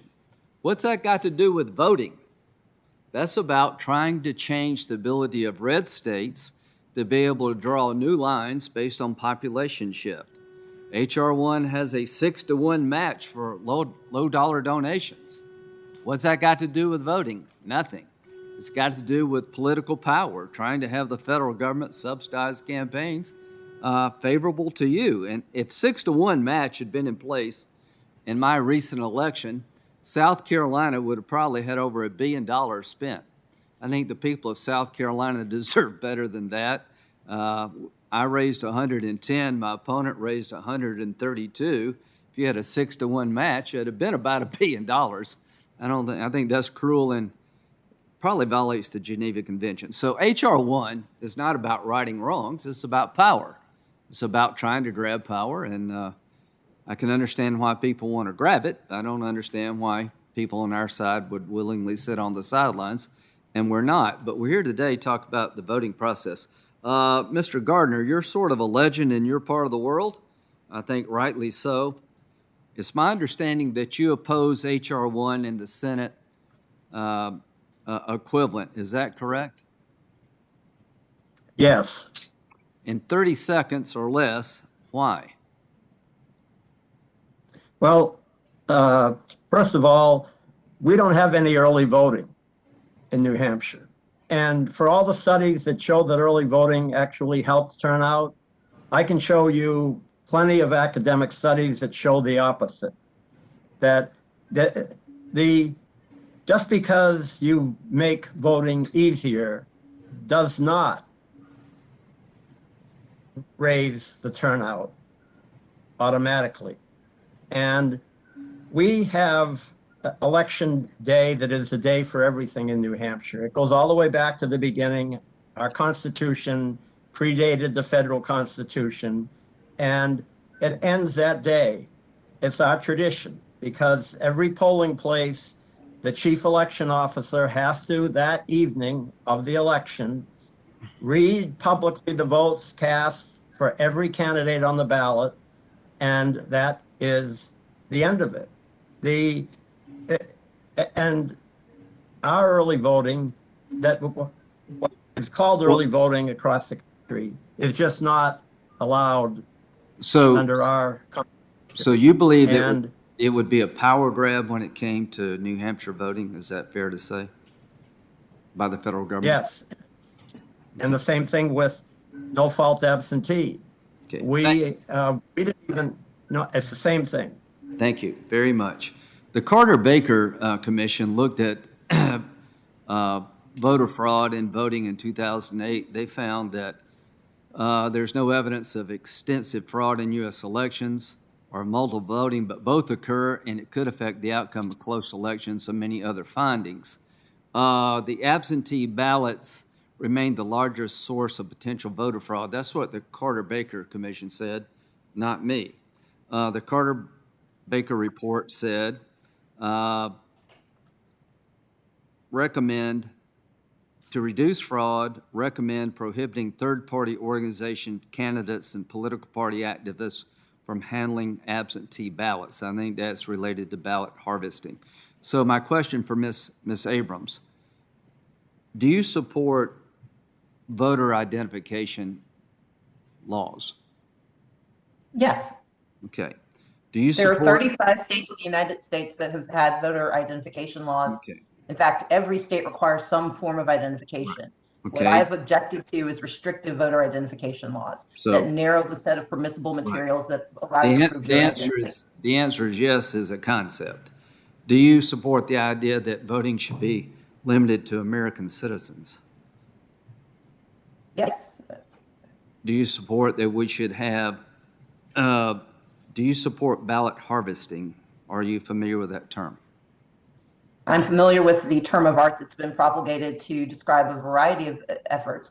But for example, on Native American reservations where they are precluded from access due to underfunding to reach in a timely fashion locations for voting, I do believe that it's appropriate for tribal elders to collect the ballots and retrieve them and use a single source of delivery to provide those ballots and thus provide Native Americans with the opportunity to participate in elections. Do you support it beyond Native American voting? As I've said, I believe that it depends on the situation and that the term of art that is being used describes a variety of behaviors, and each of those behaviors should be examined for utility and for veracity. And to the extent that they help voters participate in elections in a lawful manner, they should be permitted. Okay. Do you believe the Republican majority in Georgia, House, Senate, when they are making the changes to your state voting laws, Do you think they're motivated by trying to suppress the African American vote? I have seen it happen sometimes that they are. I've seen other bills that have been truly bipartisan in nature that have looked at and fully examined. But you believe and that's the taken into motivation consideration. behind? Do you believe that's I'm sorry, the motivation behind these laws? I believe the motivation behind certain provisions in SB 202 are a direct result to the increased participation of communities of color in the 2020 and 2021 elections. I have participated for 11 years. As Speaker Pro Tem Jones pointed out, we served together, and almost every year there was a voting law. And when those voting laws were neutral, not only on their face, Well, but I'm out of time. Do you it. think the Speaker of the House, Speaker Pro Tem, the lady, Jan Jones, is motivated by trying to limit the African American voters in Georgia? Do you think I believe there is racial animus that generated those bills. I would not assume that that racial animus is shared by every person, but if the result is that racial animus exists and it eliminates access to the right to vote, then regardless of a certain person's heart, if the effect is deleterious to the ability of people of color to participate in elections, then that is problematic and that is wrong and it should be rejected by all. Senator Klobuchar. Thank you very much, Mr. Chair. Thank you to our witnesses. I'm just looking at the facts, and I think that we need to get these facts straight. In the 2020 election, more than 160 million Americans voted, more than ever before. And in fact, the Trump administration's Homeland Security official charged with protecting elections deemed the election the most secure election in American history. Is that correct, Ms. Abrams? That's correct. And former Attorney General Barr stated that there was no evidence of widespread voter fraud that could have changed the outcome of the 2020 election. Is that right? That is also correct. So my problem is this. Why do you think 361 bills have been introduced in 47 states that would restrict access to the polls when, in fact, the way things were running was working for the people of this country? They were voting by mail like never before. They were exercising their way to vote, their right to vote, and they did it safely. Why did this happen? With all due respect to Secretary of State Gardner, I would actually refer us back to Senator Sheldon Whitehouse's commentary, and that is this. We saw an increased participation from communities that are considered unfortunate or that are not favorable to Republican victories. No one is entitled to win. I am a person who is a living example. There is no entitlement to victory, but we are all entitled to participation. And what these laws have done in stunning and uniform fashion is reduce entitlement to participation. They've done so by targeting behaviors that are specifically attributable to communities that voted in opposition of Republican values. Now, that is not to say that every person of color intends to vote Democratic. It's not to say that every young person votes Democratic. But when the overwhelming majority in those communities exercise their right to vote in this last election, we have seen a raft of laws that have been targeted at their behaviors. And when laws are targeted at the behaviors of communities of color, that is not only reminiscent of the Mississippi Plan and the Jim Crow laws, as Dr. Anderson has so clearly played out, those are intentionally a resurgence of voter suppression similar to Jim Crow, which is why we use that language, because we cannot leave our history behind. Thank you. And as Reverend Warnock said earlier, maybe it just boils down to some words, and that is that some people don't want some people to vote. Ms. Eiffel, can you tell me about how rare voter fraud is? I think there was a recent editorial in a major newspaper talking about since 2000, Oregon has sent out more than 100 million mail-in ballots and documented only about a dozen cases of fraud, rounded to the 7th decimal point. That's 0.0000001% of all ballots. Ms. Eiffel? That is correct, Senator Klobuchar. You have a better chance of being struck by lightning than finding widespread voter fraud. And in fact, President Carter spoke out about the report that was referenced earlier. He believes that the report was being distorted to support the provisions of SB 202. In fact, what the report called for was a deeper study of vote by mail. They were basing their study on 2005 to 2008. And the report specifically noted that we have two states, Oregon and Washington State, that do all voting by mail. And there is no significant voter fraud in those two states. And so voter ID, for absentee voting, that's actually quite unusual. There are only 3, I guess now with Georgia, 4 states that require photo ID for absentee voting. And that's what we're talking about with SB 202. It's actually a rare and unusual thing. Thank you. And we are going to be marking up the SF, Senate File 1, in the Rules Committee. And so I'm pretty familiar with this bill. And could you explain, Ms. Eiffel, why, yes, it has some very important standards for voting, given what we're seeing, the assault on voting across the country, but why, given that we have not had any federal campaign legislation passed since McCain-Feingold, which was basically dismantled by the courts, it is time to also focus on all of the dark money flooding into our politics, as well as ethics rules that are necessary for all of us. And that used to be a bipartisan issue. Well, I think, Senator Klobuchar, it's important to see this all of a piece. This is about access to the political process. This is about ordinary people having access to the political process. We think of the right to vote as sacred, the casting of the ballot, the counting of that ballot. But if there are forces that neutralize the ability of that ballot to have meaning, then Congress needs to examine that also, so that citizens can feel that they truly have a role in our democracy and have their voice heard. It can't be a sham. It can't be a shell.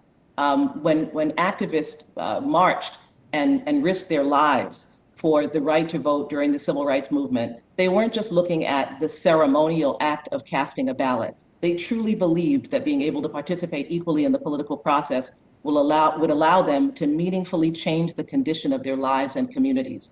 And so everything that bears on the ability to give that vote meaning, it seems to me, is relevant and important for this committee to consider. Thank you. And with your indulgence, just one very fast question with a fast answer, Ms. Abrams.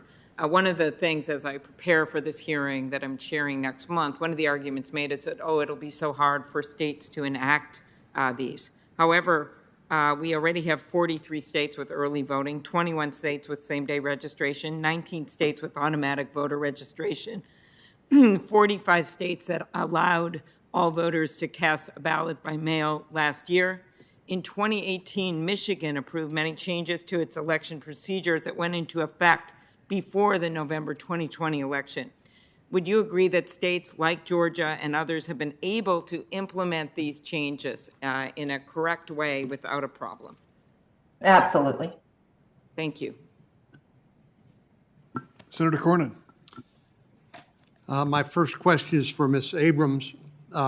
Ms. Abrams, is the Georgia election law that Speaker Jones talked about, is it a racist piece of legislation? I think there are components of it that are indeed racist because they use racial animus as a means of targeting the behaviors of certain voters to eliminate their limit their participation in elections.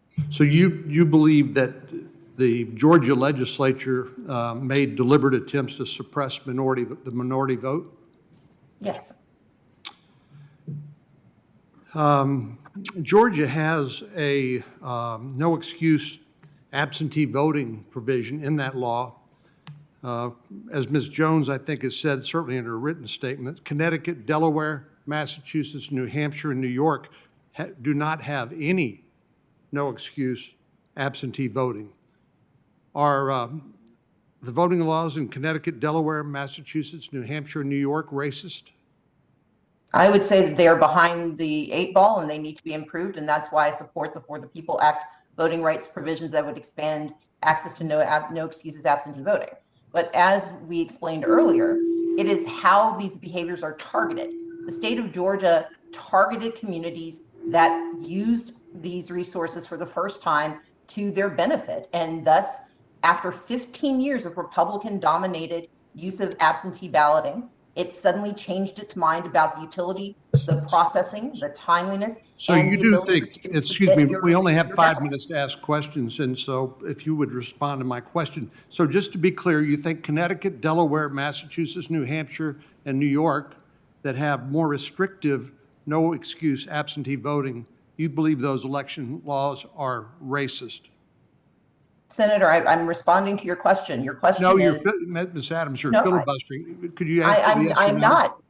Sir, I'm not filibustering. I'm stating very specifically.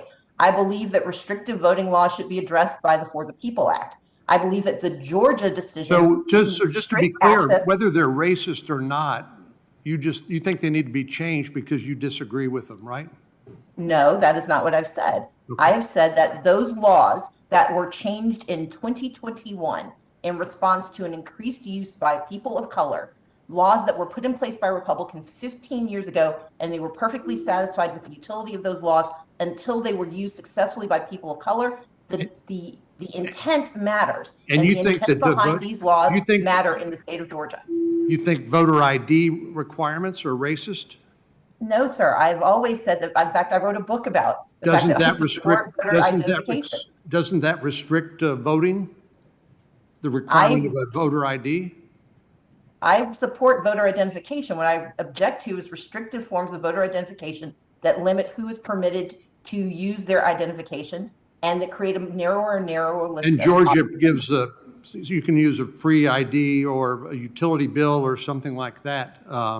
So you don't believe that the Georgia law restricts voting because of the voter identification requirement? That is not what I've said, sir. What I said is that the absentee ballot requirement that now adds voter ID in an exceptionally rare usage, because it will now push almost 200,000 voters who do not have access or do not currently have those IDs out of the process. So voter ID, people of color. Sometimes it's racist, sometimes it's not racist.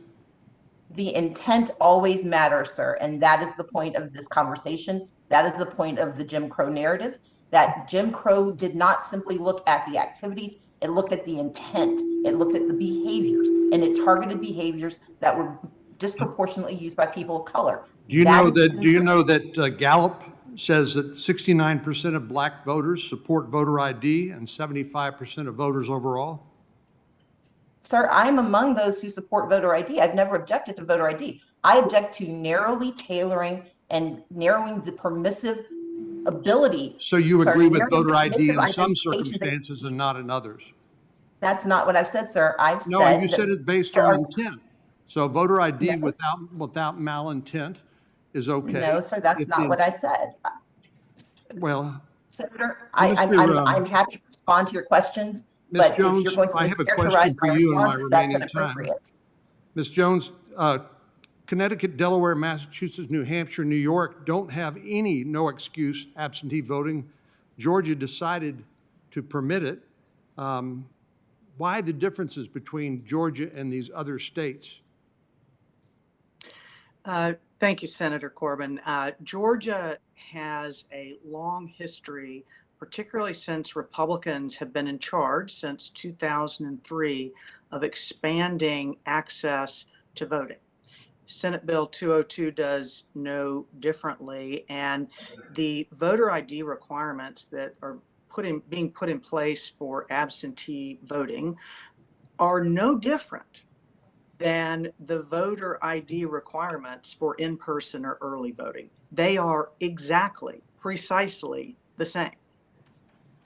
Mr. Chairman, can I ask one last question of Mr. Gardner? Mr. Gardner, I think you said that there is no early voting in New Hampshire, but you don't believe that impacts turnout. Could you explain that? That seems a little counterintuitive. Yeah, it certainly is counterintuitive, but it's factual. If you take a look at the charts that I've submitted to the committee, the two important things: New Hampshire has no early voting. We have election day, and it stems back to our Constitution from a long time ago. And the second one is the no-fault absentee. That's unconstitutional in New Hampshire. But the chart is really important. If you look at the chart that I gave, and I'm going to be this very specific with it. I've been Secretary of State during 12 presidential election years. The first 5 presidential elections, the state of Oregon had a turnout higher than New Hampshire in each of those 5. Starting in 1996, after Oregon decided to go to all mail voting, we've had 7 presidential elections. Oregon has had a turnout lower than New Hampshire in all 7 of those presidential elections. That's fact. So I have, I've lived through these years watching results that take place in certain states. And that's why I'm not projecting onto the country what New Hampshire does, because other states are different than New Hampshire. But what I'm saying is, in my state, I've seen over the years what ways to make it easier to vote actually work and what ways that make it easier to vote do not work. And these charts are factual. It's this all factual information. So for 7 presidential elections in a row, ever since Oregon decided to get rid of election day registration at the polls and go to no fault, everyone is mailed a ballot. There are no polling places. They have multiple days to vote, multiple locations where they can cast their ballot. Now, academics say that's the easiest, it's the effortless, but I know what has happened between the 2 states. Secretary of State of Oregon actually tried to convince me back in the early 90s to join with him because he thought that in 5 years, the whole country would be voting by mail if New Hampshire did it on the East Coast and Oregon did it on the West Coast. So this is factual. And those charts that to the committee, I implore you to take a look at those charts. It ranks every state, all 50 states, starting in 1976, where they ranked. Take your own state, take a look at it. Compare one state to another state. Now, it's based on voting age population. Thank you, Mr. It's Gardner. Thank you very much. Senator Coons? Thank you, Chairman Durbin, and thank you to our witnesses today and to this committee for paying so much attention to the urgent issue of voting and the rights of Americans to vote. It is so profoundly disappointing to me that in 2021, following our last election, we need to have a hearing to address a surge in voter suppression efforts around the country. In a healthy democracy, the side that loses an election then takes time to reflect on why and how and what the issues were that might have moved voters to their side. We instead see in legislatures across the country efforts to suppress the access to the ballot box, the opportunity to vote. Bills like the one that passed in Georgia, I view as an affront to the legacy of John Lewis and others who risked or spilled their own blood to win the right to vote. As Ms. Eiffel knows well, I've long worked to support my colleagues' efforts, Senator Leahy's efforts and others to pass the Voting Rights Advancement Act, now renamed the John Lewis Voting Rights Advancement Act, and I want to ask some questions about that today and about our efforts to try and plug the hole created by the Supreme Court's ill-conceived, I think, decision in Shelby County in 2013. Ms. Eiffel, if I might just start with you. As a matter of common sense, I think we all have a pretty clear idea of why some states are pursuing these laws, but under the Voting Rights Act as it currently exists, can you explain why these laws are so difficult to successfully challenge in court? Thank you, Senator Coons. As I said at the outset, litigation is one of the tools that we have available, and we, by the way, have challenged SB 202 under the Constitution. We challenged it under the First Amendment, under the 14th Amendment, under the 15th Amendment, and under the Voting Rights Act. But litigation it takes a long time. It is expensive. It can take from 2 to 5 years. I'll give you an example. LDF was part of the team that successfully challenged Texas's voter ID law between 2014 and 2018. But during the pendency of that litigation, there were 500 offices that were elected in Texas, justices of the Texas Supreme Court, attorney generals, district attorneys, lower court judges, county council persons, elections that proceeded despite the fact that we had demonstrated in our litigation that 600,000 Texans were likely disenfranchised by that particular voter ID law. So litigation is a blunt instrument. What preclearance gave us was the opportunity to get out ahead of voting discrimination before it happened, to have a review of the kind that should have happened with SB 202, which is one of the features that hasn't been talked about. The way this law was rushed through, we were there. Bills were dropping at 11 p.m., and then hearings were held on them the next day at 7 a.m. As we tried to keep up with this process. This sweeping bill, this omnibus bill, was passed in this fashion that didn't even give a real opportunity for study. Where is the racial impact study on these provisions and how they will affect Black voters in the state? You won't find it because it wasn't done. A preclearance provision would have allowed a neutral authority, a federal authority, to look at every single proposed voting change and to determine the effect on Black voters. And that would then answer Senator Cornyn's question about what was the motivation, what is the effect of the laws. But we didn't do that because we don't have preclearance and because Georgia was hell-bent on pushing this law through as quickly as possible. And so now we're left with litigation. Well, thank you, Ms. Eiffel. Ms. Abrams, good to see you again. How would having the John Lewis Voting Rights Advancement Act in place operate on other similar laws in the future? And given the point you made earlier about the timing and the intent and the context of voting legislation is critical, how would preclearance analysis have impacted the enactment of Senate Bill 202? Senator Coons, you frame it properly. What preclearance does is look not simply at the piece of paper before you in the form of the law, but look at the context, look at the history, and look at the effect. Those have to be taken in totem because Georgia has a different history than, let's say, Texas or New Hampshire. And in each state, one would have to look at what has happened when these things occurred, not in the macro, but in the very micro sense of what happened in the places where these laws are taking effect. For example, in the state of Georgia, the closure of polling places, 214 that closed by 2018, led to between 54,000 and 85,000 voters not being able to cast their ballots because they could not get to their polling place. This is not incidental. This is the difference in elections. We also know that the requirement of providing ID for 200,000 voters who have not been required to physically send in their identification will change how they can participate in our elections. And despite the misnomer of free ID, there's nothing free about identification when you have to pay for the paperwork to comply with the identification. Ms. Abrams, if I might ask you a quick closing question. One provision in SB 202 surprised me or concerned me. It strips authority over election administration from the Secretary of State and transfers it to the state legislature. Given the context of the 2020 election, how will this transfer of power affect the partisanship of future election administration, and how would you read it, given the recent history in Georgia?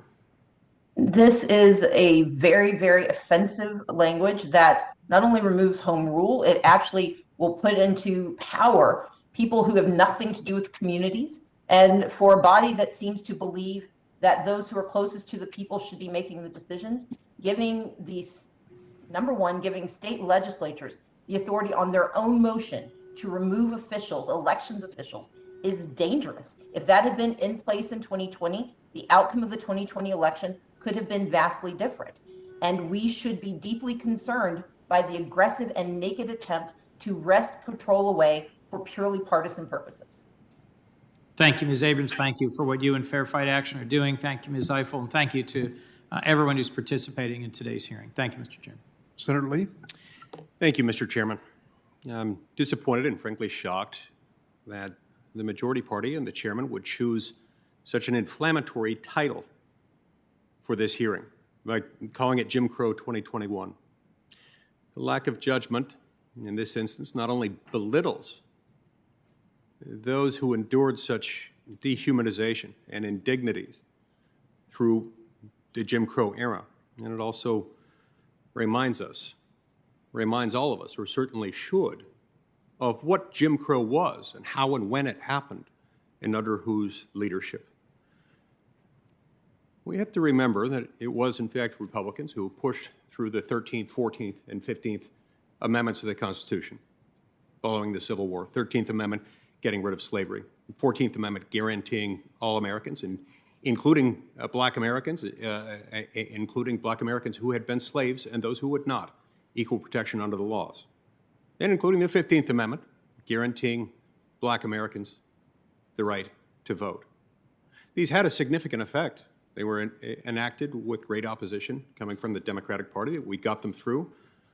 The 15th Amendment was the last of the three to be ratified. It was ratified on March 30th, 1870. 1870 was a big turning point for civil rights in America, for Black Americans. It was in 1870 that we saw the very first member of Congress, a gentleman by the name of Joseph Rainey, who was elected to the House of Representatives in 1870. The same year, the first Black American was elected to the United States Senate. That's Hiram Rhodes Revel, who was elected to the Senate, the U.S. Senate from Mississippi. All in all, during the Reconstruction period, there were 16 Black Americans elected to the Congress. There were over 600 Black Americans elected to state legislatures, and there were hundreds and hundreds more elected to local positions throughout the country. All of them, every last one of them, happened to be Republican. Jim Crow was a response to that. White Americans who didn't want Black Americans coming into power and who resented their votes as Republicans, in fact, didn't want them to have the right to vote at all, notwithstanding the fact that the 15th Amendment had by then been ratified, figured out a way to suppress them. And once President Rutherford Hayes, through the Compromise of 1877, ordered the withdrawal of federal troops from the South, it paved the way for Jim Crow. Jim Crow policies restricted unconstitutionally the right of Black Americans to vote, and it restricted all kinds of other behaviors put in place by Democratic governments in each of those states. It was an unfortunate era, one that lasted for roughly a century, to make sure that Black Americans could not only not vote, but they couldn't be elected. Michael Lancaster is the Georgia State Director of the Frederick Douglass Foundation and the descendant of people who suffered under Jim Crow. In a recent Washington Times article, Mr. Lancaster stated, quote, "Comparing absentee ballot changes and ID requirements to banning Black people from restaurants and drinking fountains is absurd. A civil debate about voting rights is an important conversation to have, but comparing Georgia's election reform to Jim Crow is simply insulting to my Black ancestors who suffered through those dehumanizing segregation laws." There are some others who wrote, quote, "It has become clear that even well-intentioned critics of the Georgia law simply have no idea what the law is. It is clear that they have no idea how favorably Georgia's new law compares with most other states, including President Biden's home state of Delaware. And it's clear that they have no idea that a majority of Black voters across the country support key provisions attacked by critics, including the provision that it's a simple requirement that voters be able to identify themselves upon voting." Speaker Jones, as I understand it, 77% of Americans support voter ID requirements, and specifically 74% of Georgians, including 63% of Black voters in Georgia,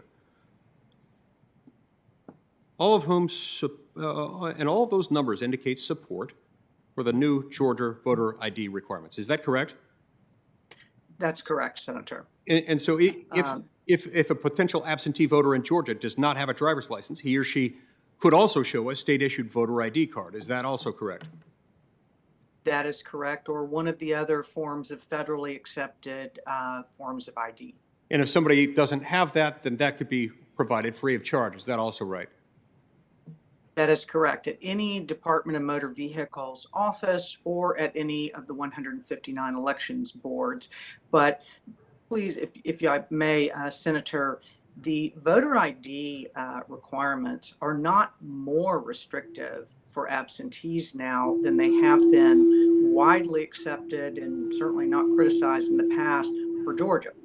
It's precisely the same requirements to vote in person or to vote by absentee. It actually seems kind of incongruent to make rules for one form of voting but not another. But thank you, Senator.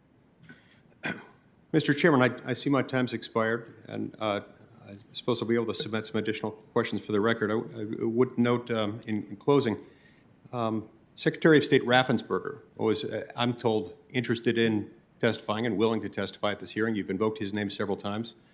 It's disappointing that the Secretary of State of that state isn't here to be able to testify in response to that. I also want to thank my friend and Utah colleague, Congressman Burgess Owens, is a man who has been alive, has existed in this country at a time when Jim Crow laws were still in effect.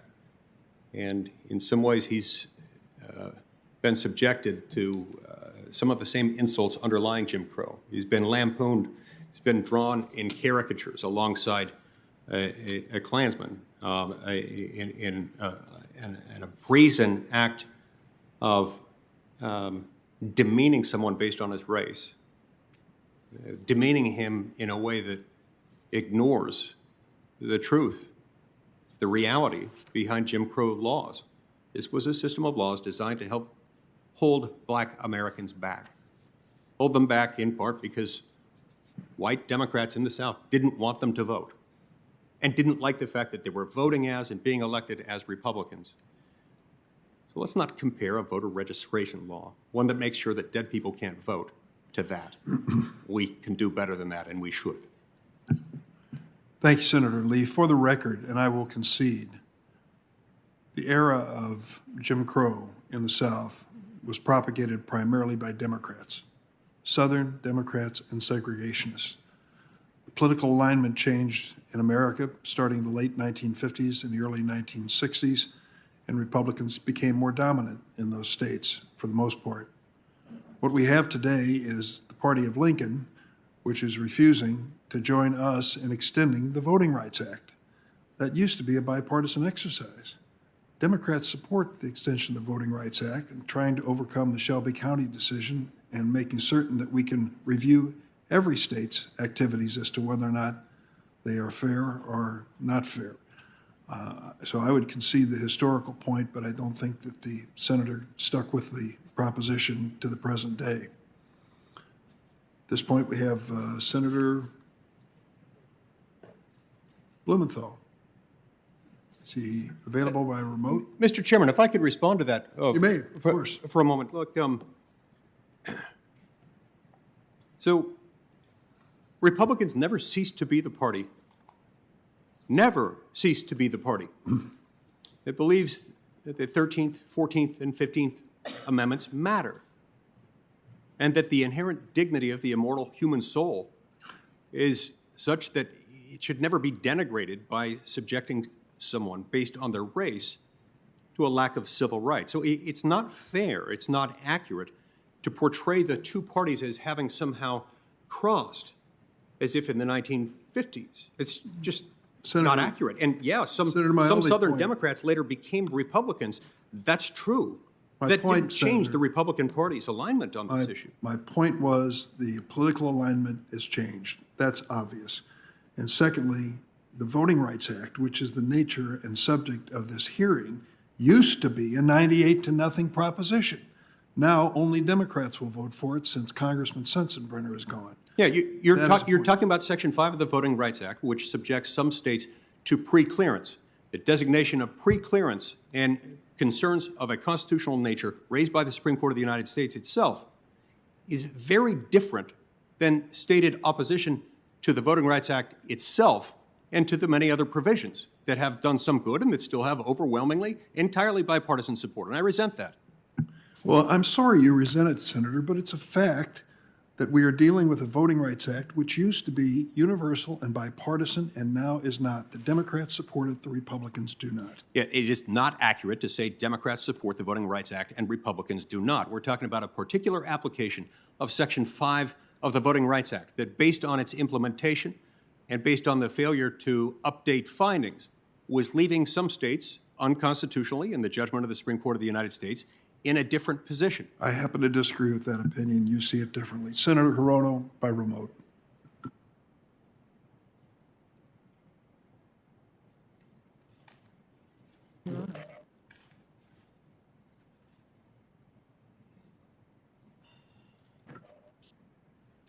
Senator Hirono is not available? No, I am available. Mr. Chairman? Yes, you have 5 minutes, Senator. I'm so sorry. I thought Senator Blumenthal had been called. So thank you. I am here.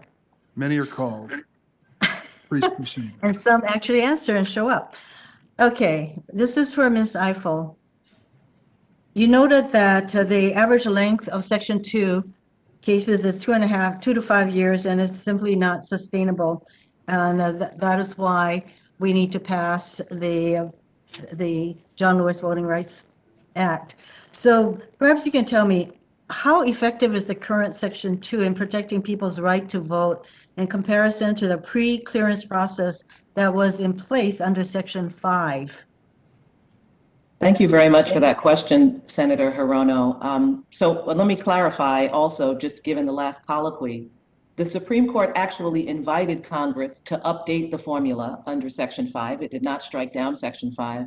And so I'm very hopeful that Senator Lee and others are willing to participate in a process to update the formula so that we can pass a new preclearance formula under the Voting Rights Act. The difference is that the preclearance formula allows us to stop discrimination before it happens by introducing a federal process that allows for a neutral review, whether the federal authority is Republican or Democrat in terms of the Attorney General or the district court in DC, to review an election law to determine what its racial impact would be. And that would happen before the law would be passed. Every provision of SB 202 would have gone through that process before it became law.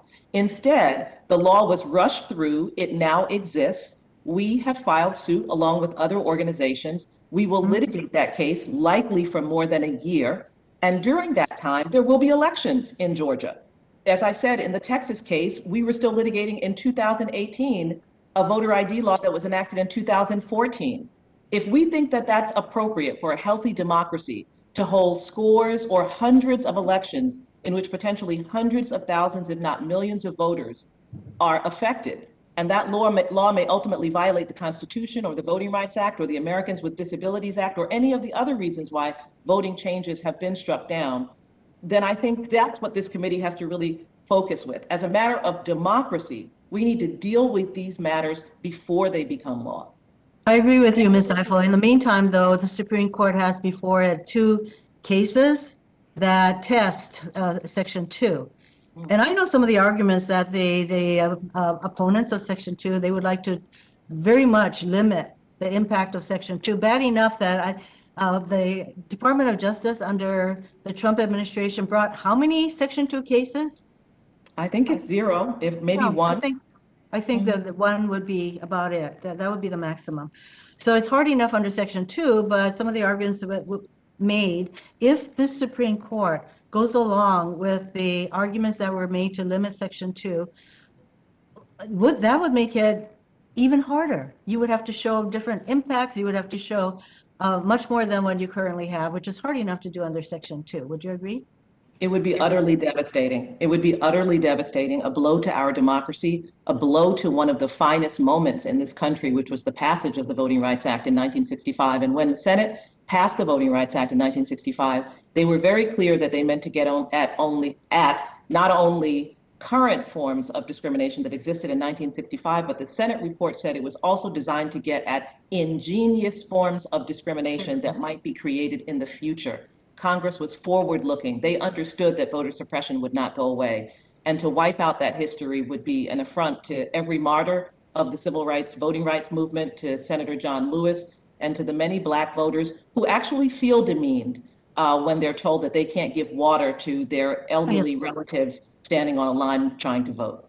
That is what I call the kind of cruelty that is exemplified too often in these kinds of cases. So the Shelby County decision was a 5-4 decision, and Justice Ginsburg famously wrote, quote, "Throwing out preclearance when it has worked and is continuing to work to stop discriminatory changes is like throwing away your umbrella in a rainstorm because you are not getting wet." Are you concerned that this court, with these 2 cases before it, will render possibly a 6-3 decision to further limit the Section 2 remedies? Senator Hirono, I sincerely hope that the United States Supreme Court has seen what has happened since 2013 when the power of Section 5 was gutted, that they will understand, that they will be humble enough to recognize that there are things perhaps they did not know or understand that are happening in this country, and that they will read the record, that they will take account of what the reality is, and that they will respect what I believe President Reagan called the crown jewel of civil rights legislation, the Voting Rights Act, and ensure that it remains intact and an effective tool for combating voting discrimination. Ms. Eiffel, I appreciate the dialogue I had with you, and I really appreciate the other, of course, Stacey Abrams and Ms. Anderson, whose books I read, and the others who have testified for the enactment of the John Lewis Act.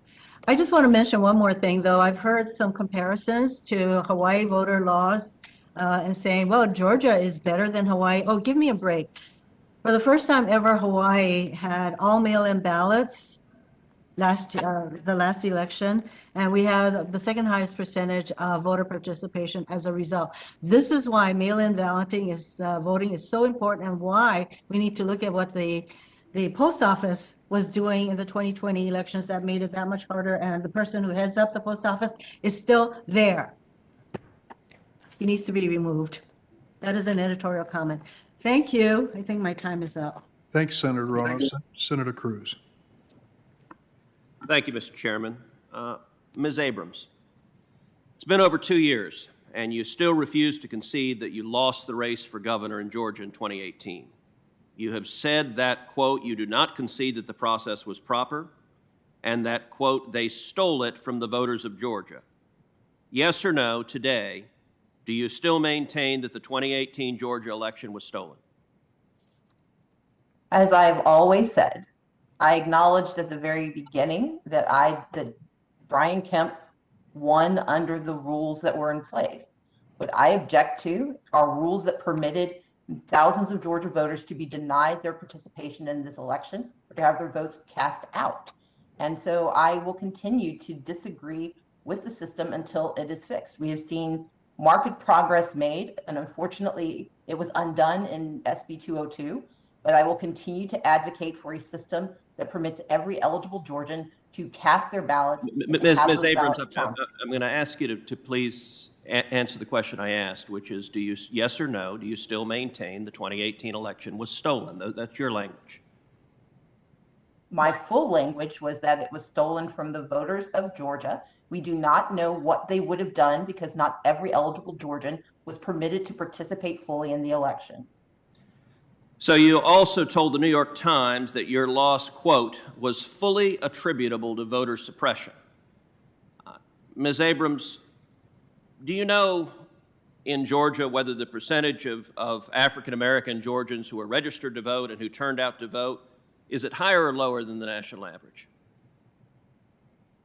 It is higher than the national average because Georgia is one of the largest states with an African-American population. But that's not tied to the size of the population. The percentage of black Georgians who are registered to vote in 2018 is 64.7%. That compares to 60.2% as the national average. The percentage of Georgians who voted in 2018, the election you claim was stolen from you, was 56.3%. That's higher than the national average of 48%. Let me ask you this, Ms. Abrams. In 2018, do you know which demographic group in Georgia had the highest registration percentage and the highest turnout percentage? I have a guess, but I will defer to you for the answer.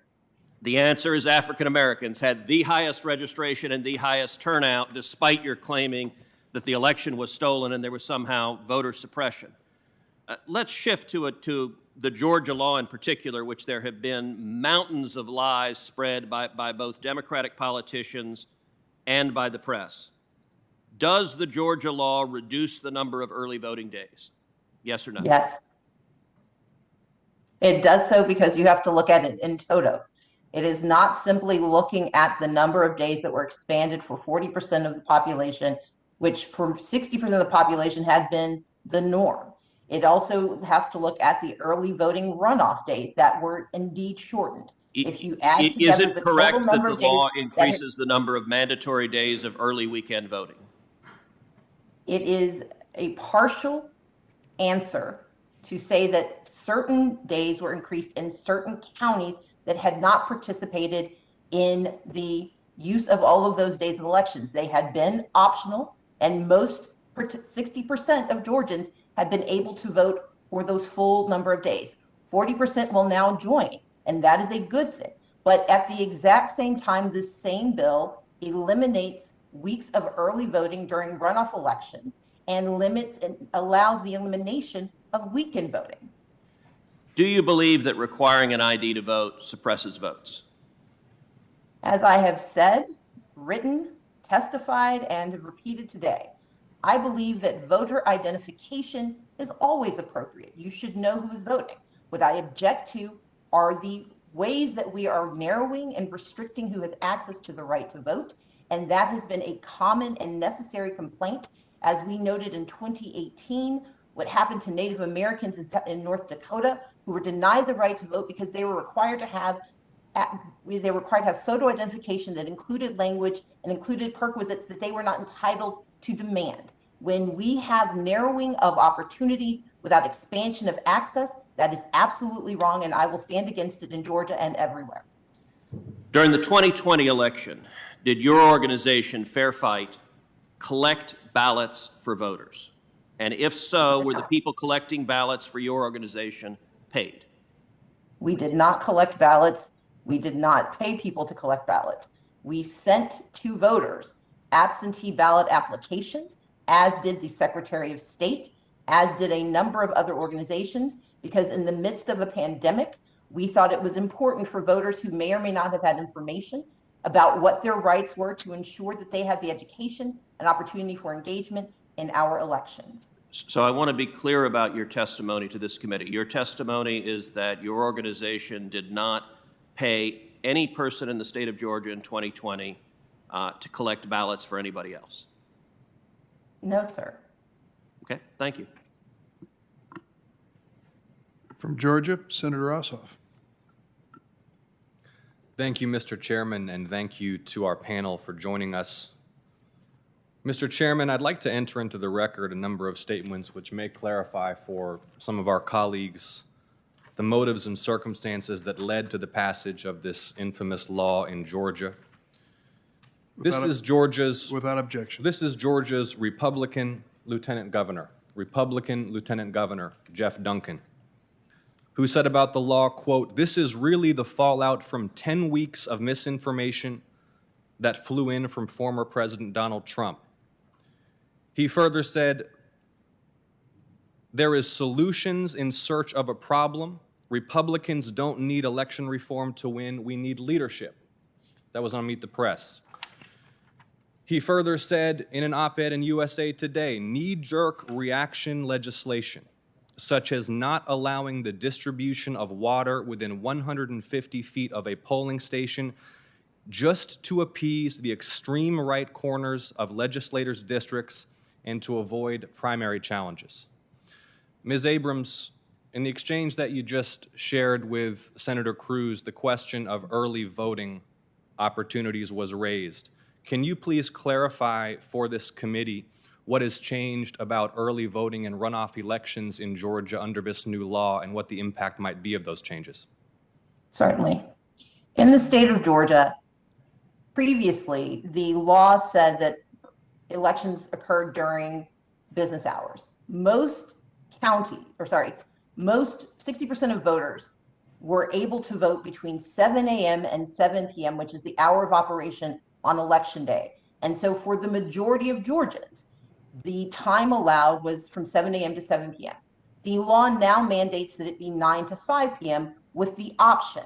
The challenge with an optional permission is that it is no longer a given, and we have a number of counties that have taken options as an opportunity to restrict access. We celebrate the fact that more voters will have access to weekend voting, but it is not an expansion of a right when 60% of Georgians previously enjoyed that right. We know that 78% of Georgians were able to vote. The actual days and weekends. We know that 78% of Georgians were able to vote during those earlier voting hours, and that's what's being constricted. We know that, for example, in the state of Georgia, we have 159 counties, but some of our counties have as small a population as fewer than 2,000 persons. And so it is insufficient to simply look at the number of counties participating. You have to look at the populations that are participating. And we know in the state of Georgia that this law is restricting access to the right to vote. We also know that the optional notion of a Sunday vote, for example, was something that counties felt that they had the right to do. And we had a number of counties that were already using Sunday voting. So yes, to the extent that it is clarified in the law, that is one thing. But to claim that it is an expansion of access for the majority of Georgians is not only untrue, it is misleading, and it is false. And isn't it the case, Ms. Abrams, that under this new law where there were previously 3 weeks of mandatory early voting and runoff elections, now there's just 1? Yes. Ms. Abrams, Fair Fight Action, your organization, has issued an extraordinary report documenting the history of voter suppression in Georgia, which accelerated, as we've discussed in this hearing, following the Shelby County v. Holder decision of the Supreme Court, which ended the pre-clearance functions of the Voting Rights Act. Since 2013, since that Supreme Court decision, Georgia has closed hundreds of polling places, and the average distance voters have to drive to go vote has more than doubled.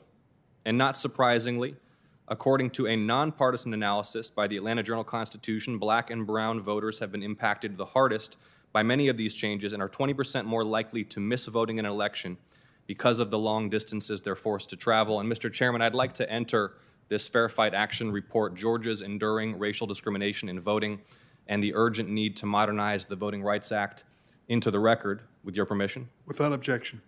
Ms. Abrams, can you explain why the closure, the changing, and the consolidation of voting locations without DOJ preclearance can be so harmful, and why the John Lewis Voting Rights Advancement Act, which again, to just remind everybody on this committee what we're here to discuss, we are talking about restoring Section 4 and Section 5 of the Voting Rights Act, so the Department of Justice Civil Rights Division will pre-clear changes to election procedure and law that may have disparate, disproportionate racial impact. Ms. Abrams, why is restoration of the pre-clearance function so vital to ensuring harm is not done by the closure of polling locations such as those we've seen in Georgia over the last decade?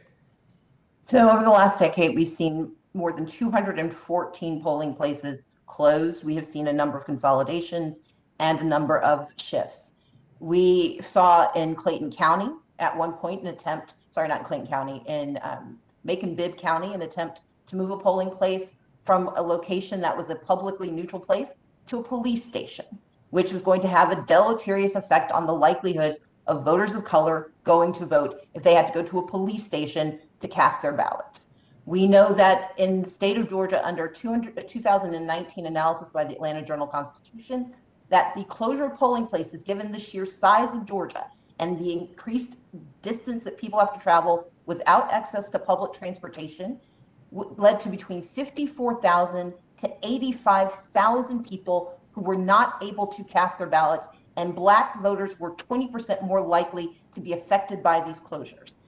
Taken together, the elimination or the changing of polling locations without accommodating those changes for communities that do not have access to public transportation, do not have cars, do not have the ability to drive. This changes their ability to participate in our elections. And I do want to clarify something I said earlier, Senator, with your permission. It is not that state legislators can change the composition of the SEB boards on their own motion. It is SEB itself. I did want to clarify that. But writ large, the way these laws are written with pre-clearance, instead of being able to wholesale remove access to voting locations, these voters would be protected by a process that looks at things like distance, cost of travel, access to transportation, and the ease of voting being either expanded or constricted. And it should always be our intention in the United States to increase access to the right to vote, never to restrict it. Thank you, Ms. Abrams. Mr. Chairman, request 1 more minute. I'm sorry. Request just 1 more minute to ask a follow-up question. Yes. Thank you. Ms. Abrams, the closure of these polling places and the changes of polling locations at the last minute, which anybody who's run for office and anybody who's voted in Georgia knows is common, causes all kinds of confusion, leads people to show up at the wrong precinct, often through no fault of their own. And again, I want to clarify for my colleagues on the other side who have taken a genuine interest in the contents of this new law in Georgia exactly what these changes mean, and I hope that this is clarifying. Under the prior law, voters who showed up at the wrong precinct because of closures or changes could cast a provisional ballot at that precinct.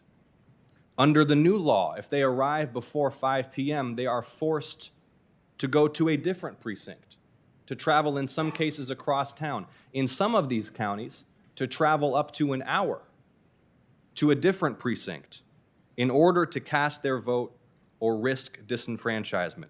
Ms. Abrams, what does this change in the new Georgia law mean for voters who rely on public transportation to vote, or have their kids with them, or have a shift that they can't miss at work? It presumes that people who vote before 5 p.m., that those people have universal access to transportation, to information, and the ability to change their behavior. But let's assume that you get into line at 1 p.m. and you get to the end of the line at 4:58 p.m., only to discover that you have used all of the time you have before your 6 o'clock shift to cast your ballot. It would no longer permit you to cast a provisional ballot, which was put in place under HAVA by this very Congress to solve for this problem. Those out of precinct provisional ballots would be discarded. And that is inappropriate because these are not people who are making the choice not to do what's right. During the 2020 and 2021 election, as you know, Fair Fight had volunteers standing in front of polling locations, directing people to new locations because they had been given misinformation or had not received information. And we know of a number of counties that changed their information. And while this new law attempts to address it, we know that the law has not been tested, and thus we do not know that voters will be protected. And to penalize voters before we know the protections necessary for their benefit are in place is anti-American. Thank you, Ms. Abrams. Thank you, Mr. Chairman. Thank you, Senator Ossoff. Senator Hawley. Thank you, Mr. Chairman, and thanks to the witnesses for being here. Ms. Jones, can I just come to you? We have heard an extraordinary number of lies told about this law from the President of the United States all the way down, certainly including members of this committee, including today, and also from an unbelievable assortment of for-profit corporations. This has been one of the most incredible organized campaigns by these mega corporations in American history to try to influence legislation and ultimately to overturn it. And of course, these same corporations are now taking this effort to states across the country, no doubt soon coming to mind, to the state of Missouri, where we have our election integrity measures adopted by our voters in our legislature and also by referendum will soon, I'm sure, be in their sights. Let me just ask you about these lies that have been told over and over. The President of the United States, his big lie, that this legislation cut off the amount of time, closed the polls early. That was a lie. We've heard that water is not made available to people waiting in line. That's a lie. We've seen it told over and over and over. But I want to zero in on the corporations, their unprecedented power. Tell me, why do you think these corporations, so many of them, have been so eager to parrot lies that they know are not true? It's not like they don't have whole teams of lawyers. These are the most powerful corporations in the world. They have entire legal departments at their disposal. Why do you think they've been so eager to lie over and over about this law that your legislature adopted? Well, thank you, Senator, for the question. You know, I can't speculate precisely on their motivation, but I can say that if they do have teams of lawyers and people to analyze the bill, their unjustified outrage is really ridiculous. And I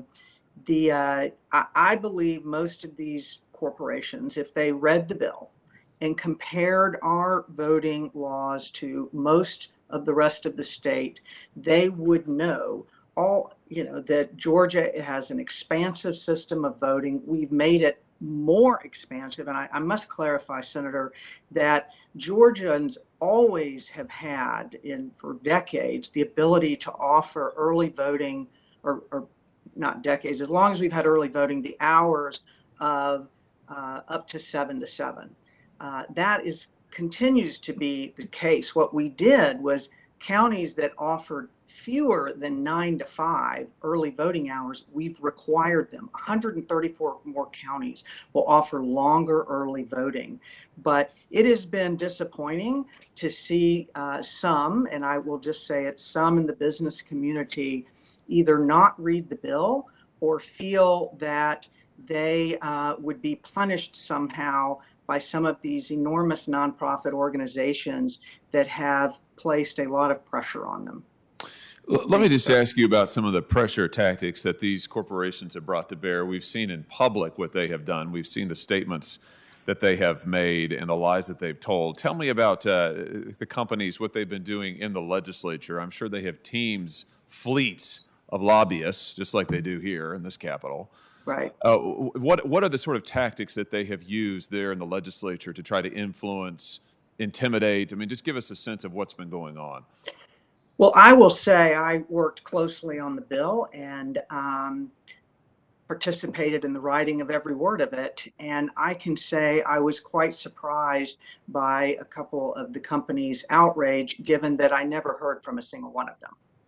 And if they had, particularly, well, let me also say that by a couple of the chambers of commerce, the very provisions that they wanted retained in law were retained. And in fact, we went further by requiring now 2 Saturdays of early voting, whereas previously it was only 1 Saturday of early voting. So we expanded the ability for voters for early voting to vote, but yet I honestly, Senator, cannot explain their reaction other than to say they must fear some of these organizations that have an unbelievable amount of money. We've seen about $10 million spent already in Georgia inaccurately portraying this legislation. And as you know, if you say something often enough, however inaccurate it is, there are those that will begin to believe it. And so perhaps they've been influenced by that. So what you're saying is that many of these corporations that are now howling in public and are spreading active disinformation in public and lies, they actually had nothing to say earlier, but now they are out there denouncing the law, calling it voter suppression, calling it Jim Crow, and when they had the opportunity to actually shape the bill or work on the bill, they didn't. But now they're mounting a public pressure campaign. Now they're saying they're going to go work in other states. Now they've changed their tune and are trying to ratchet up the pressure. Have I got that right? Well, I would just clarify by saying that the few provisions, if the chambers of commerce were representing their interest and they were not communicating with us specifically, we retained those provisions, like 3 weeks of very expansive early voting, and in fact expanded the number of hours available. We kept no excuse early voting, which I'm sorry to say, Delaware in particular, the president's state, does not have, and it neither has early voting. So we retained the few areas, and I supported those provisions. What I mostly hear is not facts from those who are, to use your word, howling about the bill, but rather incendiary, just propaganda that doesn't at all align with the facts of the bill. Mr. Gardner, let me come just briefly to you and ask you here, thank you first of all for being here, and just to ask you about a statement you recently released about H.R. 1. You said, and I'm quoting you now, "Our state constitution requires that a voter must be present to vote unless a voter is absent from the town or city or physically disabled. This would also be taken away with H.R. 1. Contrary to our constitution, H.R. 1 would require no excuse absentee voting, early voting with multiple election days, and continuing to receive and count ballots after the election." Just give us a sense of why these provisions are that are in your Constitution are so important in your view for election security in your state.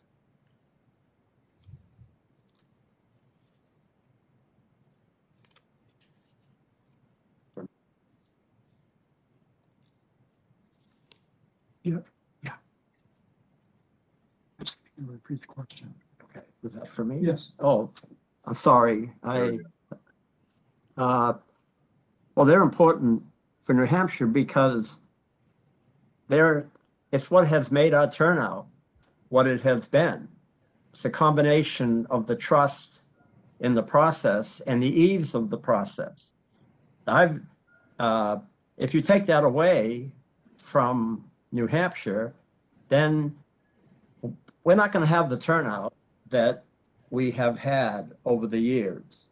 And I had mentioned earlier that the conventional view that anything that makes voting easier will increase the turnout. But those charts that I've provided, you can see the facts. That is just not the case. You know, many academics say that Oregon is the state that is the easiest in the country. As everybody has mailed the ballot, they have multiple days, multiple locations. But when Oregon went to that process, they have had a lower turnout than New Hampshire, 7 presidential elections in a row. And before that, when they didn't have it, they were ahead of New Hampshire, 5 presidential elections in a row. And so the states are different.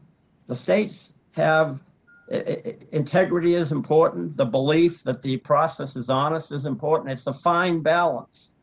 And all the states try to attain that fine balance, trying to work with a process that keeps people trusting, because if they lose trust in it, they're not going to bother. If it's not of any value to them, it doesn't have anything meaningful for them anymore, they stop doing it. And we're always striving to reach that sort of mid-ground, that people can trust it, but it's also easy. And we've had the 3rd highest turnout, 4 presidential elections in a row based on voting age population. We were 4th, the presidential election before that. And you can see in the charts that I've given you, you can look at all the states. It works for New Hampshire. Thank you, This would Senator. take Mr. away. Gardner, thank you very much for your testimony. We appreciate that. Senator Blumenthal? Thanks, Mr. Chairman. I'm intrigued by the argument that corporations should have been sooner in their opposition to these restrictions on voting rights, and that their social conscience was overdue, or that they needed legions of lawyers to tell them that these restrictions infringed on the franchise and curtailed the voting opportunities of people in Georgia. The fact of the matter is, as has been established irrefutably and powerfully today, these restrictions will impact adversely and enduringly the rights of citizens in Georgia and other states where they're being imposed. And the positions of the corporations really are beside the point. What's important is the effect on voters and their rights. In Shelby County, the Supreme Court tossed out the preclearance provision of Section 5 of the Voting Rights Act, which for decades served to protect communities of color from voter suppression. As the late Justice Ginsburg noted in her dissent, quote, throwing out preclearance when it has worked and is continuing to work to stop discriminatory changes is like throwing away your umbrella in a rainstorm because you are not getting wet. And what we're seeing in Georgia right now and in other states around the country in those 361 restrictive laws that have been imposed is beyond a rainstorm. It is a tsunami threatening democracy. And we are here because of the Supreme Court's decision in Shelby County and the current torrent of voter suppression bills. So I think we must act, we should act on the John Lewis Voting Rights Act and the For the People Act, which would work in tandem. And let me ask you, Ms. Iffel, how, in fact, would they combine to protect voting rights in Georgia and other states where they are threatened? Thank you, Senator Blumenthal. If you look at the core provisions of H.R. 1, particularly those that relate to automatic voter registration, early voting, absentee voting, they go right to the heart of the provisions that we've been spending the morning talking about here in the Georgia bill, and to many of the provisions that are being teed up in other states that will restrict access or burden access to the vote. The Voting Rights Advancement Act, the John Lewis Voting Rights Advancement Act, would require that voting changes, that where jurisdictions want to make changes to voting, where they want to consolidate polling places or eliminate polling places, where they want to impose new voter purge regimes, where they want to impose new laws, that those laws first have to go through the scrutiny of a federal authority. So one aspect of it in H.R. 1 would create a regime that would immediately provide for greater access to voters across the country by expanding registration, early voting, and absentee voting. And the other would protect voters against discriminatory voting changes that are proposed by state or local jurisdictions. And we need both of those elements to strengthen our voting system and to protect, in particular, minority voters. I think that answer is very, very important because it shows that the effects of Shelby County are more than just changing the location or reducing the number of polling places. It is an effect on the entire system on access to the ballot box. I was very critical in the Georgia runoffs when there were sweeping attempts to suppress the vote through disinformation and intimidation online, particularly targeting communities of color. In fact, I wrote a letter demanding that Facebook and Twitter take stronger action to fight disinformation in those runoff elections, including fact-checking, labeling, and reducing the spread of information. I'd like to ask both Ms. Abrams and Ms. Iffel, how would you grade Facebook and Twitter for their handling of the spread of disinformation during the Georgia runoff elections? Well, I'll go first very briefly. I've been in a years-long conversation with Facebook in particular to address the issue of misinformation on the platform. We believe this is yet another form of voter suppression. Facebook is used very much by African Americans, and we've had an ongoing conversation. What we've asked Facebook to do is simply to apply their own policies. They have policies against misinformation in voting, policies against voter suppression, and we have really pressed them to have a more aggressive and clear internal infrastructure to deal with these matters when they occur. It wasn't just in the special election. I recall actually something that really disturbed me.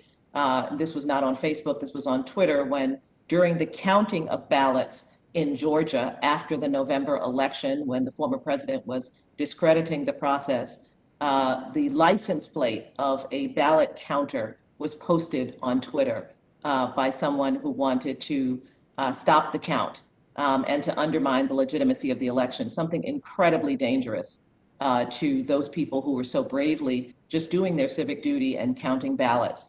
So I think there's a long way to go. I think that there were certainly improvements over the last few years on both Facebook and Twitter, but there's still a ways to go to make sure that the platform does not allow for the kind of misinformation and intimidation that we saw in 2020.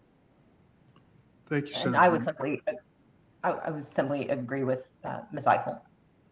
Thank you very much, Senator. Thank you. Thank you, Mr. Chairman. Still a long ways to go. Thank you. Thank you. Senator Cotton. Ms. Abrams, I want to talk about your role in the decision by Major League Baseball to boycott the state of Georgia and move the All-Star Game at an estimated cost of $100 million in economic activity and thousands of jobs for Georgia's residents. On March 8th, when describing the Georgia election law, you called it Jim Crow and a suit and tie. On March 10th, well before the Georgia election law was passed, you registered the website stopjimcrow2.com. On March 14th, you called the Georgia election bill a redux of Jim Crow. On March 25th, the bill passed into law. On March 31st, you wrote an op-ed in the USA Today about Georgia's law, and your first two words in that op-ed were, boycotts work. 2 days later, on April 2nd, Major League Baseball announced its boycott of Georgia. According to media reports in the days leading up to Major League Baseball's decision to pull the All-Star Game from Georgia, you spoke with baseball executives, you described the law as Jim Crow 2.0, and you urged Major League Baseball to speak out. But after its decision to withdraw the game from Georgia, you conveniently claim that you had strongly urged them not to boycott after the horse was out of the barn and the damage was already done. So, Ms. Abrams, in sum, you publicly attacked the Georgia law as Jim Crow no fewer than 10 times before Major League Baseball withdrew the game. You told corporations that boycotts work, and you told corporations that if they don't attack Georgia's law, quote, I cannot argue with an individual's choice to opt out for their competition, end quote.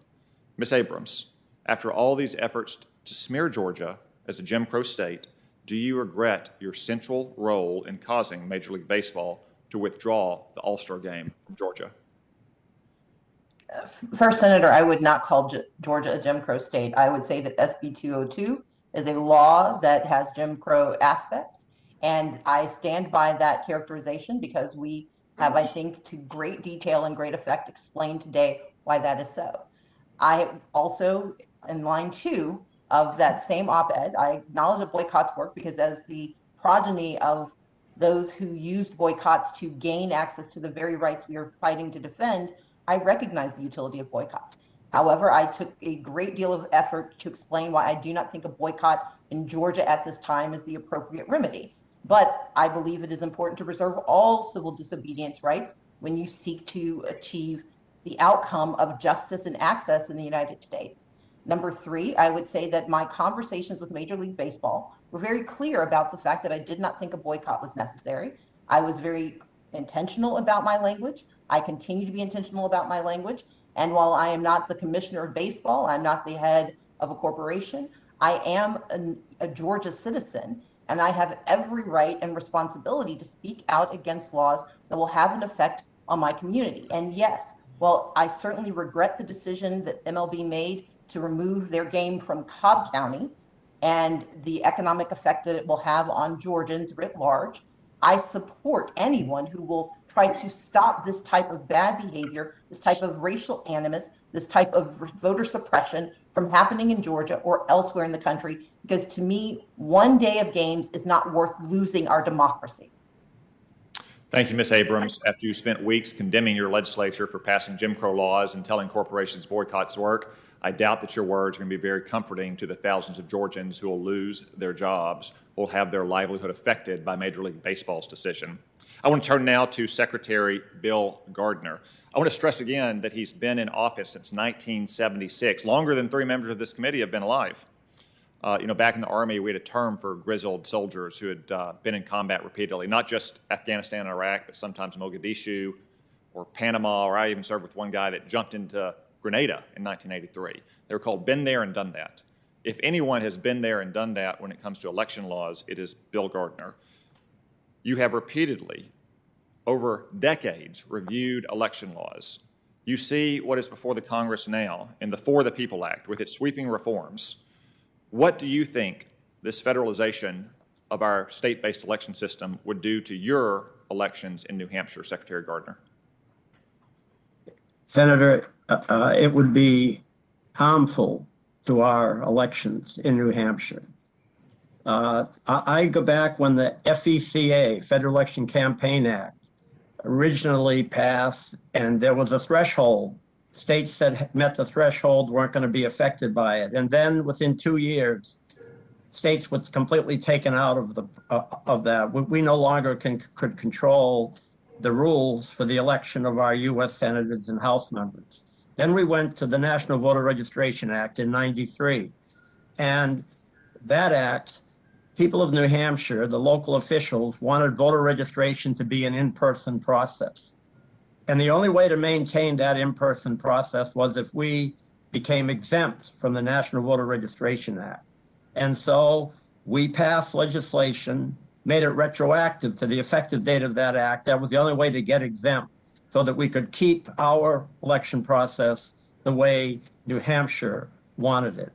And we were sued, not by anyone from New Hampshire, because both parties were agreeable then, but from some organization in New York City. And we ended up, the federal government gave an exemption to us so that we no longer had to comply with NVRA. That's made all the difference. If you look at the chart, you can see what happened in New Hampshire starting in 1996.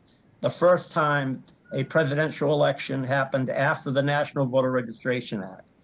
And New Hampshire, from that point on, has been at the top of the country because we don't allow people to register by mail unless they're absent, they're out of town or out of the city, or they're disabled. We have our rules that we've applied all these years, and you can see what it has resulted. 4 presidential elections in a row, 3rd highest in the country. The one before that, 5, we were 4th in the country. Now you can go back, you can see from those charts. So then we went to the Help America Vote Act. Well, we became exempt from parts of NVRA because we were exempt from NVRA, we didn't have to comply with the Help America Vote Act. We don't have provisional ballots in New Hampshire. We're one of 4 states in the country that doesn't have provisional ballots. So we've gone our way that has worked for the people of New Hampshire. The proof is in the pudding, the turnout. And it's the same with this. Now they want to, if you were to pass this, you're completely taking away a process that has developed in New Hampshire for many, many years, works in the state. Why would you want to do it when the turnout is as high as it is?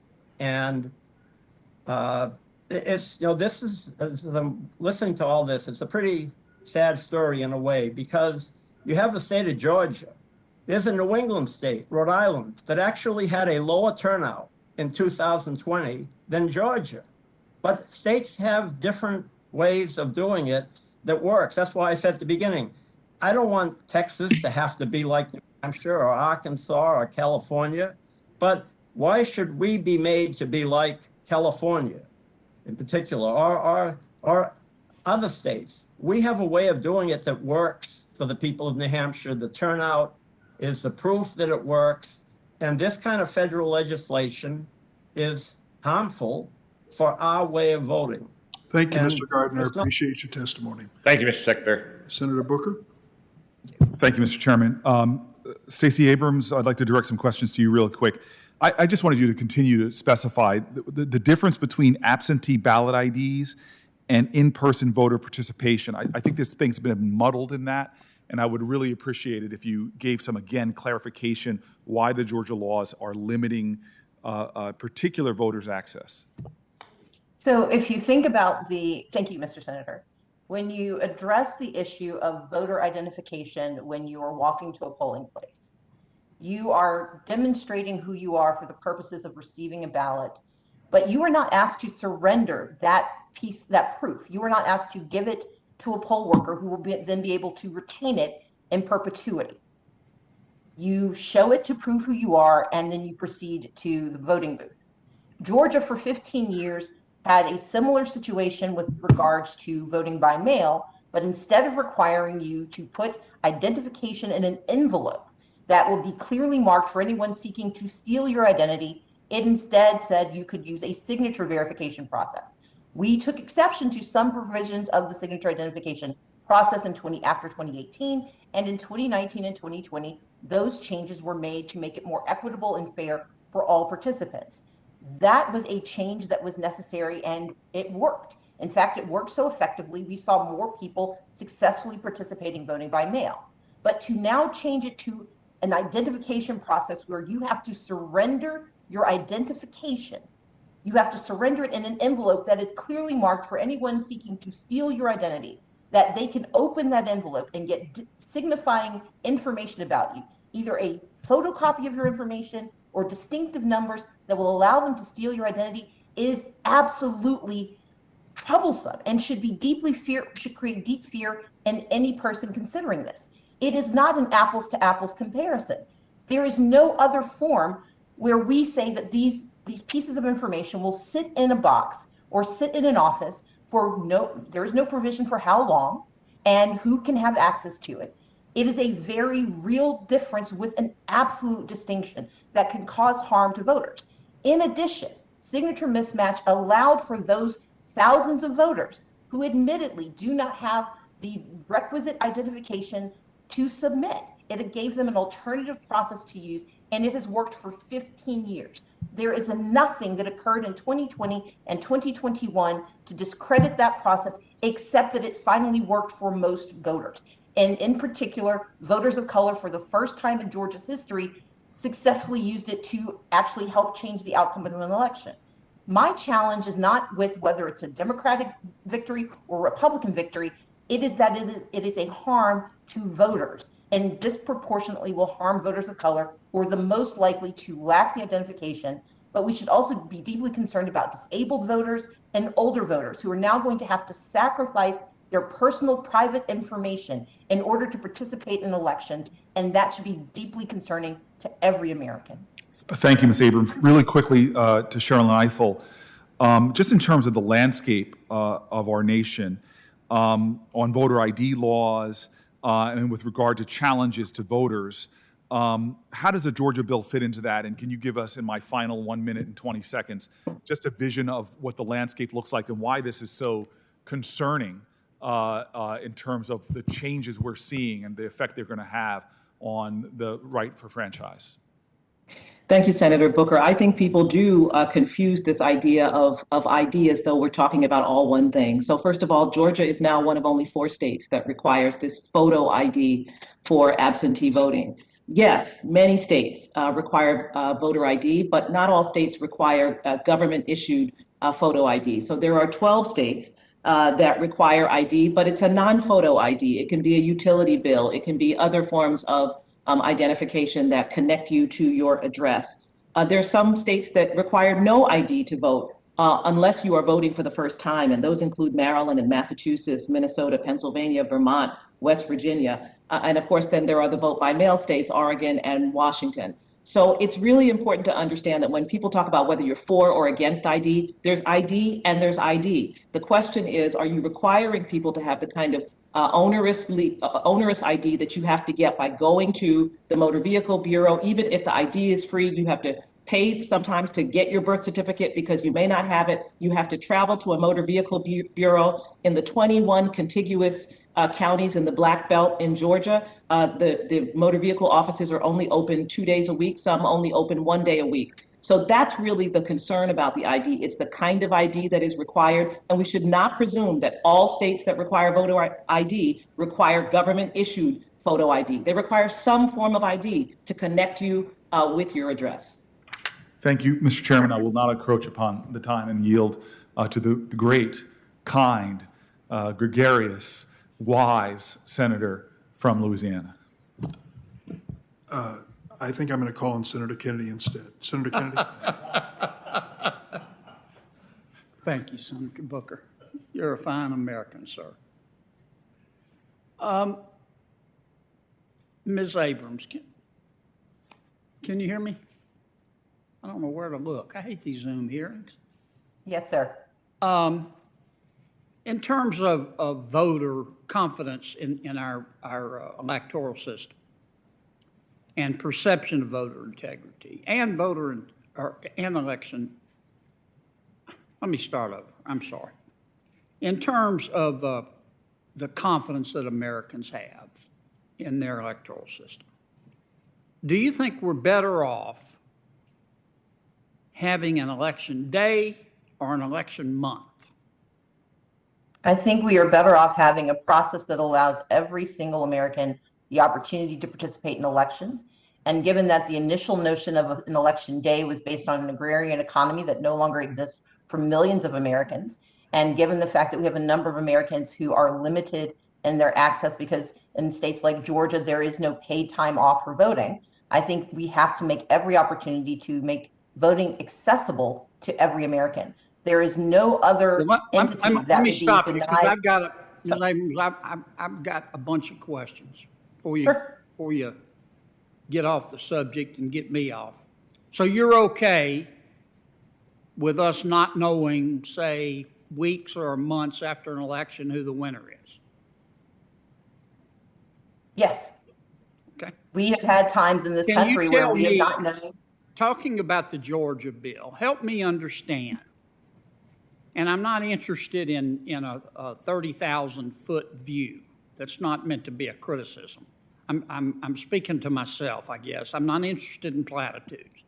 Tell me, you're against the Georgia bill, I gather. Is that right? I'm against certain provisions of it, yes. Okay, and I think you've called it a racist bill. Am I right? I think there are provisions of it that are racist, yes. Okay. Tell me specifically, just give me a list of the provisions that you object to. I object to the provisions that remove access to the right to vote, that shorten the federal runoff period from 9 weeks to 4 weeks, that restrict the time that a voter can request and return an absentee ballot application, that eliminate slow down for me, because our audio is not real good here. Certainly. Could you start over for me? Certainly. Thank you, ma'am. It shortens the federal runoff period from 9 weeks to 4 weeks. Okay. It restricts the time a voter can request and return an absentee ballot application. Right. It requires that a voter have a photo identification or some other form of identification that they're willing to surrender in order to participate in the absentee ballot process. If I can stop you, that's where they're going to not comparing signatures, but to voter ID? Yes, sir. And as Ms. Eiffel has pointed out, we would become only the 4th state in the nation to require voters to put at risk their identity. What else? What else? It eliminates over 300 hours of Dropbox availability. Okay, what else? It bans nearly all out-of-precinct votes. Bans what? I'm sorry? It bans nearly all out-of-precinct votes. Okay. Meaning that if you get to a precinct and you are in line for 4 hours and you get to the end of the line and you are not there between 5 and 7 p.m., okay, you what have else? to start all over again. Is that everything? Yes. No, it is not. No, sir. It restricts the hours of operation because it now, under the guise of setting a standardized timeline, it makes it optional for counties that may not want to see expanded access to the right to vote. They can now limit their hours. Instead of those hours being from 7 to 7, they're now from 9 to 5, which may have an effect on voters who cannot vote during business hours during early voting. It limits the voting Okay, I get hours. the idea. I get the idea. Yes, sir. Let me ask you this. Let me approach this another way. If a state decides to require a voter to prove who the voter says he is or she is, do you consider that racist? Not at all, sir. Voter identification has been a part of the American theory of democracy almost from the beginning. You're okay with it? I support voter identification, yes. Okay. How about ballot harvesting?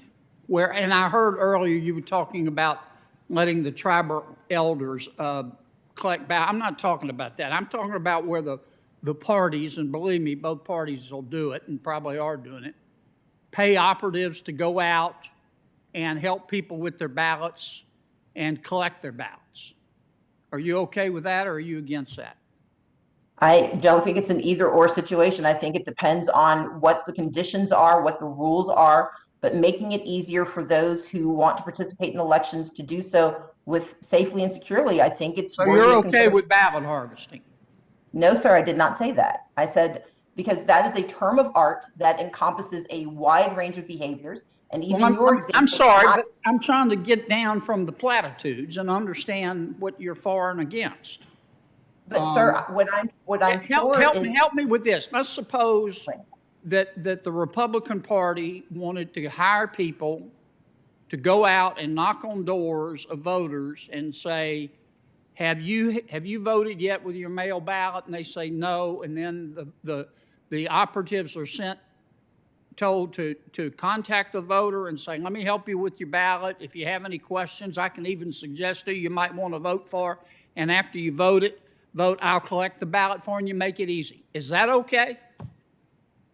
Sir, I'm both an attorney and a former legislator, and it is not simply the words that you're saying. I'm an attorney and a current legislator, and I might want to trade places with you, but keep going.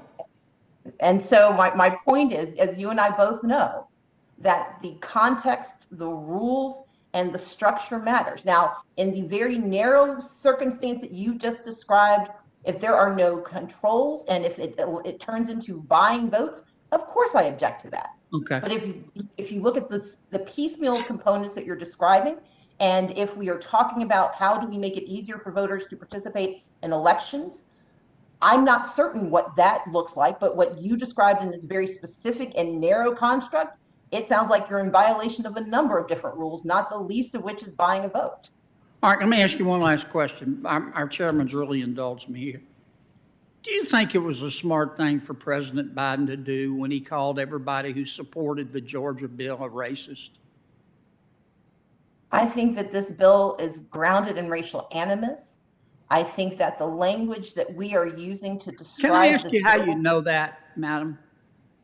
I mean, Because- it's an honest question. How do you know that? because for 15 years, the Republican Party of Georgia not only sanctioned but celebrated its vote by mail provisions. It was only after voters of color for the first time in 15 years successfully used those provisions in favor of the party that they disproportionately support that those rules changed. It is that for years, for more than nearly 2 decades, we had early voting hours that supported voters that were perfectly fine. It was only after communities of color used those provisions in But why excess doesn't of that hurt black people and white people and brown people? This is what I'm I trying think to it hurts everyone. If you've watched me, I have fought for the right to vote for every person. I No agree. one is entitled But that's to a victory. long way from the president calling people a racist because they support a state. Sir, I'm responding to the question you asked me. My point is that when your motivation is grounded in the race of those who are engaging in behaviors that you disagree with, that is racist, particularly when it is targeted at communities of color by people in power. I agree with that. I agree with that. I agree with that. The chairmans have gavelled me. I just need to ask, how do you know that's what they meant? Because we asked them not to do it because we showed them what the effect was, and they refused to answer, and they refused to abide. I worked with these people for 11 years. I don't believe that every single person who supported this bill has deep racial animus in their hearts for all purposes, but for the purposes of voting rights, when racial animus is your predicate, then yes, you should be held accountable, and those bills should be stopped. Thank you. I'm sorry I went over, Mr. Chairman. Thank you, Senator Kennedy. Senator Padilla. I'm sorry, Senator. Thank you, Mr. Chair. I invite my colleague, any colleague actually, who would like to discuss the intricacies of election administration. I'm more than happy to do so, having served as a chief elections officer for not just the most populous state in the nation for the prior 6 years, but home to the largest, most diverse and inclusive democracy of any state in the nation, even if it takes some alligator sausage and California wine to bring us together.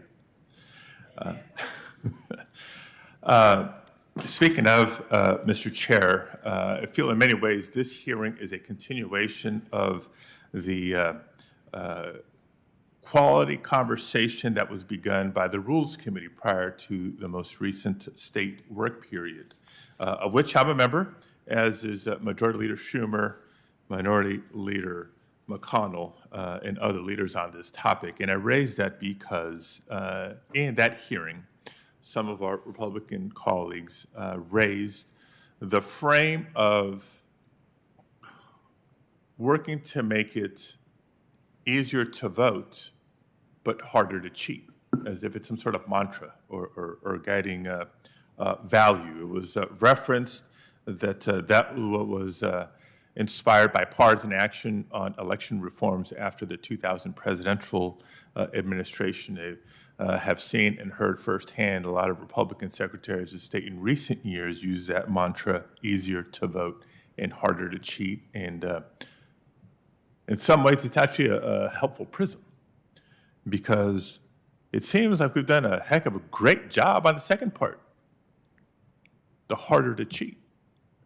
Study after study, report after report, investigation after investigation continues to document that voter fraud in America is exceedingly rare. The easier to vote part still requires a lot of work. And I thank you, Mr. Chair, for prioritizing this topic for hearing in this committee today, and I hope action by Congress in the very near future. The easier to vote part requires a lot of work. I'll tell you what The signs are that we have a lot of work to do. The long, long lines that we see in multiple states on general election night, the movement in some states for fewer days or fewer hours or fewer locations to vote as time goes on. The shame in some states where we can debate the value added of a voter ID law, but when these laws are written in such a way that a concealed weapons permit allows you to get into the voting booth, but a state-issued state university ID does not, we know there's an agenda behind the impact of these laws, and on and on and on. I tell you what does help: amplifying, increasing the opportunity to vote by mail for eligible voters, as was done in New Hampshire, which was a big part of their increase in participation in 2020. I can assure you it was a big part of California's record turnout in 2020 as well, offering eligible voters more days, more hours, more flexibility of where to vote in person if that is their choice. The acceptance of more vote by mail ballots that are postmarked on or before election day, even if they arrive after the election. The implementation of post-election audits to continue to buttress election integrity, et cetera, et cetera. Mr. Chair, we have the playbook on how to strengthen our democracy, maintaining the security and integrity of our elections while facilitating more participation. But sadly, the term voter fraud, the potential for voter fraud, is used as a pretext to do the opposite. Now, several of our colleagues have also referenced how 2020 was an election year that saw record registration in most parts of the country, probably nationally as a whole, record turnout in many, many states across the country, nationally as a whole. And so why are the proposals making their way through Congress necessary? Well, you have to ask the same question when we see as of March 24th, 361 bills introduced in 47 states that would restrict opportunities to vote in our election. And I know some of our colleagues have said, well, just because they're introduced doesn't mean these measures are going to see the light of day. 5 have already been enacted, 29 have been passed by at least one chamber, and more still under consideration. Mr. Chair, that's a long preamble in the lead up to my main question for our witnesses here. And I begin with saying what more people should recognize, and that is that voter suppression is rooted in white supremacy. Now, during the Jim Crow era, we know that racially targeted and racially motivated voter suppression was often blatant. Legislatures adopted overtly racist policies like literacy tests and poll taxes in an effort to shape the electorate. Today's voter suppression playbook is still rooted in white supremacy and motivated by the same factors as their Jim Crow predecessors, but it looks different. Overtly racist policies have been replaced by facially neutral ones, like mandated in-person voting requirements, the decommissioning of polling sites, and manipulated discriminatory photo ID laws, as I've mentioned. But just because these new voter suppression tactics are facially neutral, it can be harder for people to recognize and understand their pernicious effects. So my question for Ms. Eiffel, Ms. Abrams, and Professor Anderson is simply, can you explain, can you share how these seemingly race-neutral policies nonetheless have disproportionate racial impacts? Well, if I might begin, Senator Padilla, and thank you. Let's talk about a provision that we haven't talked about today, which is that this law, SB 202, provides for unlimited challenges to the legitimacy of voters. I'm sure many people are aware that there are organizations who make it their business to challenge voters to determine whether a voter, in fact, should have been able to cast a vote, organizations like True the Vote. There were 360,000 challenges after the November election in Georgia. And the Georgia Secretary of State found that there were no substantial findings that supported any widespread voter fraud through those challenges. If that was the case, if 360,000 challenges failed to produce anything significant, why does SB 202 now provide that anyone can make unlimited challenges to the legitimacy of voters? This is a form of voter intimidation that can often be used to target Black and Latino voters, to target voters who are from immigrant communities. What is the predicate? What is the underlying basis for that provision of the law? Why create this untrammeled system in which anyone can engage in these unlimited challenges to voters? We know that this will disproportionately be targeted at communities of color, and yet it is in SB 202. It is not connected to any evidence or predicate that it is necessary. It is not narrowly tailored. It is not designed to actually get at voter fraud. It is actually designed to create an unlimited system of voter intimidation that will be targeted at Black and brown voters.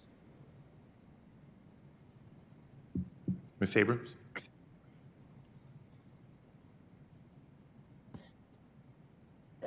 I would only add that we know that of those 364,000 challenges, one of the provisions that are included in this is that the counties that were able to speedily dismiss these challenges for lack of evidence and lack of basis are now going to be penalized by the state if they do not engage in sham hearings that can serve to not only terrify voters, but often push them out of the process because they are unaware of how these processes work, and they could be terrified that if they participate, it could somehow imperil their ability to participate in work or otherwise. And so, as Ms. Eiffel pointed out, this is just one more example in addition to the number that we've given earlier that demonstrates just how difficult it is to behave with integrity when you are being attacked with impunity by those who use racial animus and your mere presence as a threat to democracy. And I would actually like to see the rest of this to Dr. Anderson, who I think most ably can connect the dots between Jim Crow before and Jim Crow 2.0. Thank you so much. And thank you, Senator Padilla, for your question. The challenges that Ms. Eiffel has described were in these Jim Crow constitutions, such as the one in North Carolina, that allowed any voter, anybody, to go up and challenge the veracity, the validity, the legitimacy of a voter. That was intimidation. That kind of engagement, that kind of harassment is what we see replicated in this bill. I would also say that one of the things that we see is the limitation of drop boxes. The drop boxes were really designed to deal with a pandemic and designed to deal with the fact that the post office was being deliberately undercut in terms of its ability to deliver absentee ballots in a timely fashion. So the rise of drop boxes provided access to voters to be able to engage in this election process. What we see with SB 202, however, is an elimination in Atlanta, where the majority of Black voters are. You see that we go from 94 drop boxes to 23. And those drop boxes are now to be housed inside in buildings that can be closed. So this is how you can limit access to the ballot box while writing race-neutrally laws. These aren't race neutral. They're not as race neutral as the poll tax was or as the literacy test was. Neither of those said we don't want Black folks to vote. But that was the underlying premise behind them, as Big Chief Vardaman made very clear. And that's what we're seeing right now with these voter suppression laws. It is in response to the massive wave of Black voter turnout that happened in the 2020 and 2021 elections. Thank you, Senator Padilla. Thank you, Mr. Chair. Senator Tillis. Thank you, Mr. Chair. Thanks to the witnesses for being here. Speaker Pro Tem Jones, thank you for your leadership in the Georgia legislature. I know a little bit about Georgia. Both my kids were born there. I lived in Atlanta. I got a lot of family down in South Georgia. Over the past several weeks, I've heard a number of reports. I've also heard several comments today that seems to me that we're not properly characterizing many of the aspects of Senate Bill 202. What would you consider to be some of the more blatant mischaracterizations that you've heard today or that you've heard reported in the press? Well, thank you, Senator Tillis. Well, it would take me quite a while to go through the ones today, but I'll just go through a few of the most recent ones. No ID is surrendered to vote absentee.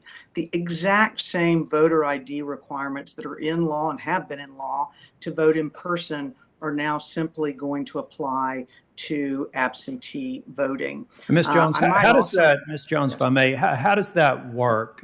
You know, if you go to a poll location, they ask for an ID, you have a government issued ID or I guess other acceptable forms of identification. How does that mechanically work in a absentee process? Are they copied and submitted with a ballot? How does that work? No, sir. If one has a pen, a ballpoint ink pen, and you can take the number on your driver's license or the number on your free voter ID, or I might add, I would like to clarify, someone said a utility bill couldn't be used. You could use any one, if you do not have one of those two, which 97% of Georgians do, you can submit a copy of a utility bill, for example, one of the federally allowed forms of ID. This is not a hardship. And so, Ms. Jones, I just want to be clear because I got a lot of other questions I want to ask you. Okay. So when we hear people talking about an unreasonable requirement, in North Carolina, I think our driver's license number is somewhere around 8 or 10 digits. So you're saying That's provided right. that you have a writing instrument and you can write down 10 or 12 digits, let's say yours is a little bit longer, then you've satisfied the ID requirement on the absentee ballot? Yes, sir, that is true. People said that, I think it was Ms. Abrams that said she focused on the 9 to 5 window Yes. for voting. It sounds to me like in the law that was more or less established as a floor, and that you provided the options for local boards of elections to do 12 hours, 7 to 7 voting. Is that correct?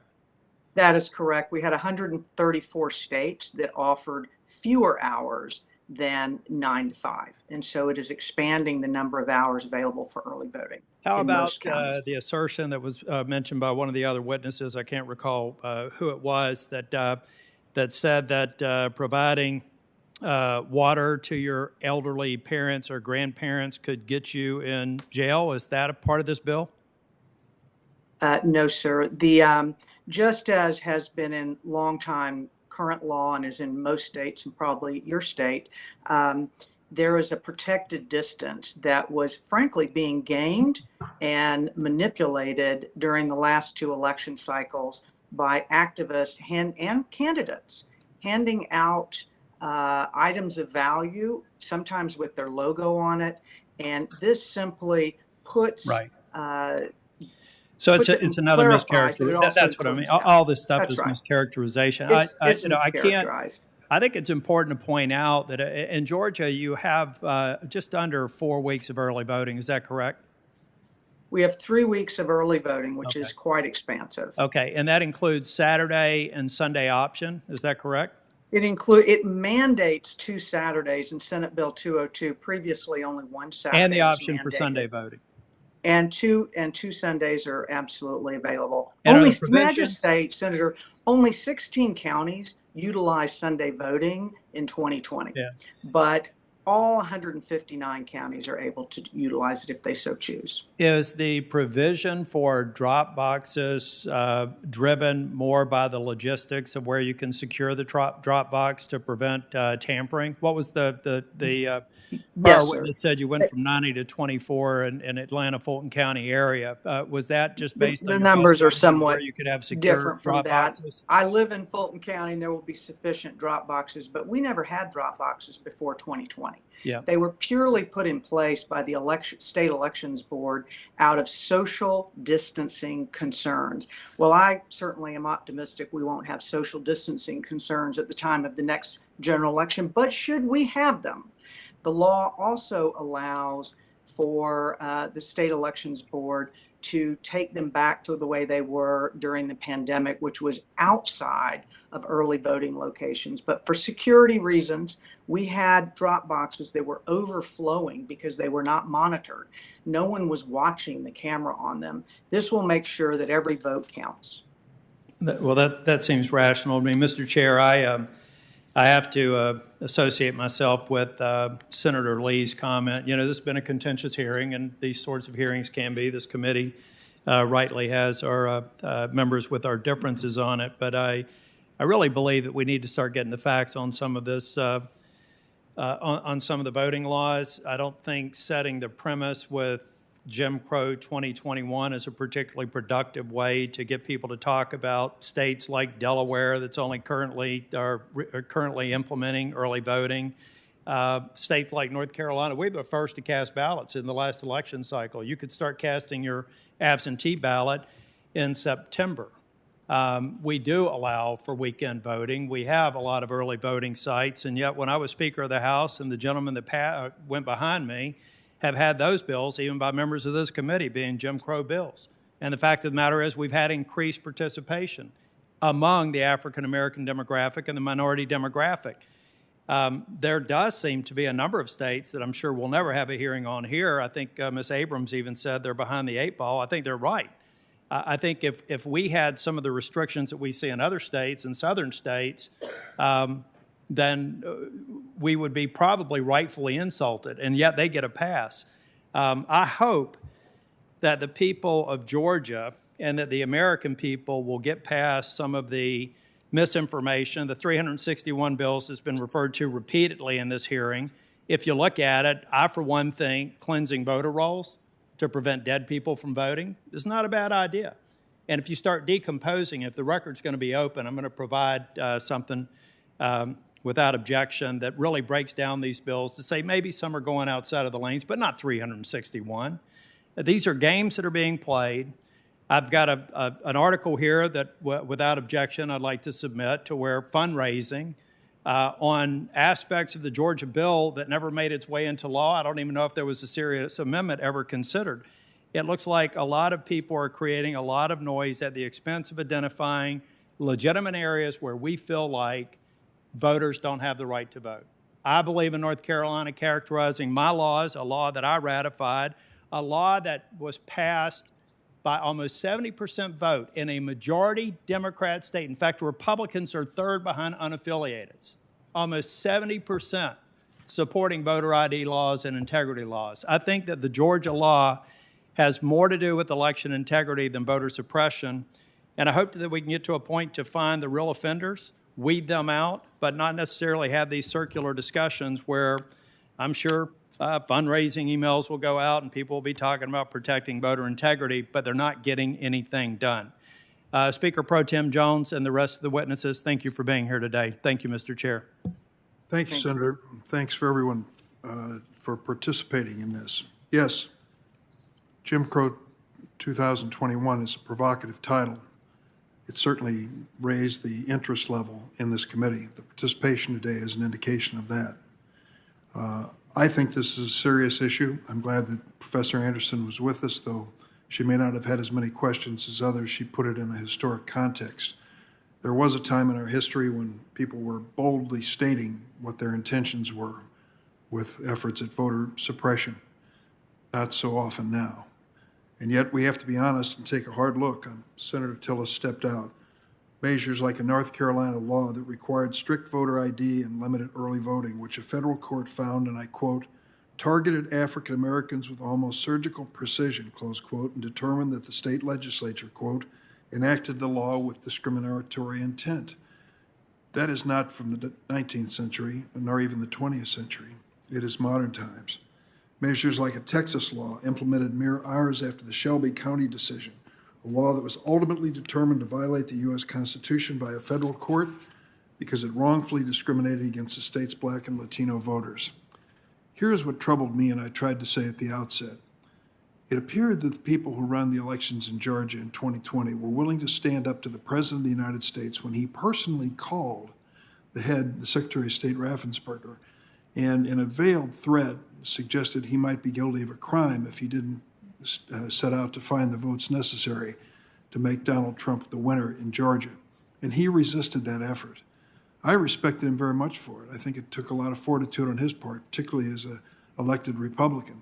I understand he was criticized by many Republicans in Georgia, many of the same Republicans who then went into legislative session and passed this bill, and in the process stripped him of authority which he had before. He paid a price for standing up and saying that.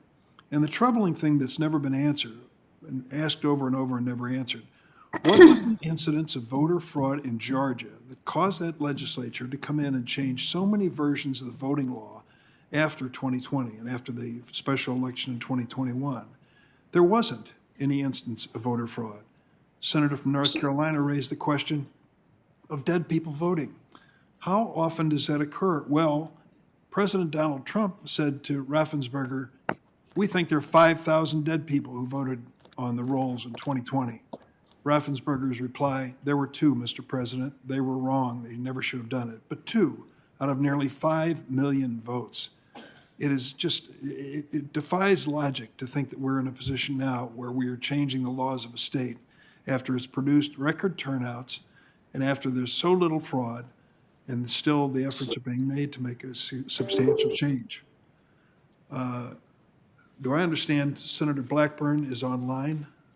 Yes, Mr. Chairman. I had to leave the hearing and come back. And so, yes, I am available now. Well, Senator, we were just concluding the hearing, but I want to give you your chance. So take your 5 minutes, please. Thank you. I appreciate that. I want to say thank you to our witnesses because they've been incredibly patient with us today because this is such an important hearing from us. I'm one of those that served on an election commission before I was in elective office. I did that in my county. I know how incredibly important it is to make it possible for everyone to vote. Mr. Gardner, I appreciated your comments on how your focus is on making it easy for people to vote while still making those votes safe. And I believe everybody should have their opportunity to vote. I have a pickup truck, and for about 25 years, the license plate on that pickup truck said vote, because it was a way for me to send that message to everybody, register to vote. I will say it's been a little bit distressing to me today listening to this hearing. I got into the room for a few minutes to hear the premise of this hearing as if there is some assault on the right to vote in this country. And we know that we have had record voter turnout, and my colleagues across the aisle know that we have had record voter turnout in recent years. And this is to say that it's Jim Crow laws. In my opinion, that is not a valid premise. And I find it unfortunate that there are some who've continued to push that and push it on the state of Georgia. I think we have to look at the lead up to this and the things that have been said. Look at the Washington Post and their comments about President Biden when he falsely claimed that Georgia's recent voting reform law, and I'm quoting, ends voting hours early so working people can't cast their vote after their shift is over, end quote. And President Biden went on to describe Georgia's election law as, quote, Jim Crow in the 21st century, unquote, which appears to be the inspiration for this hearing. The problem is, as we've discussed several times, the Washington Post gave President Biden's remarks on this issue 4 Pinocchios. In other words, they say that was a lie. Quote, one of the biggest changes in the bill would expand early voting access for most counties, unquote. That's the Georgia Public Radio report on the Georgia voting laws. Quote, for most counties, you will have an extra weekend day and your weekday early voting hours will likely be longer, unquote. So in actuality, the Georgia voting law that President Biden claimed ended early voting actually did the exact opposite. It expanded these voting opportunities. Unfortunately, President Biden's repeating of the lie had rapid real-world consequences. You look at this with Major League Baseball. So this repeated lie caused the All-Star game in Atlanta to die. And I would have loved to have asked Senator Warnock, and probably will, how he will answer to his constituents for the loss of that game. And Ms. Abrams, I do have a question that I wanted to come to you on. When you've heard the comments, the repeated falsehood from the president that this is something that would hamper voting rights, and the comments about the Georgia law, does this hurt or help your cause for access for voting to more individuals? With all due respect, Senator, to the Washington Post, I actually disagree with your characterization. For early in-person voting, 78% of counties already had more than the 8 hours of early voting. What SB 202 did was codify 9 All right. to 5. I don't mean to interrupt, but thank you. Thank you for that. Because I do have another question I want to go to Ms. Jones on. As I mentioned, I'd served on a voter, on an election commission.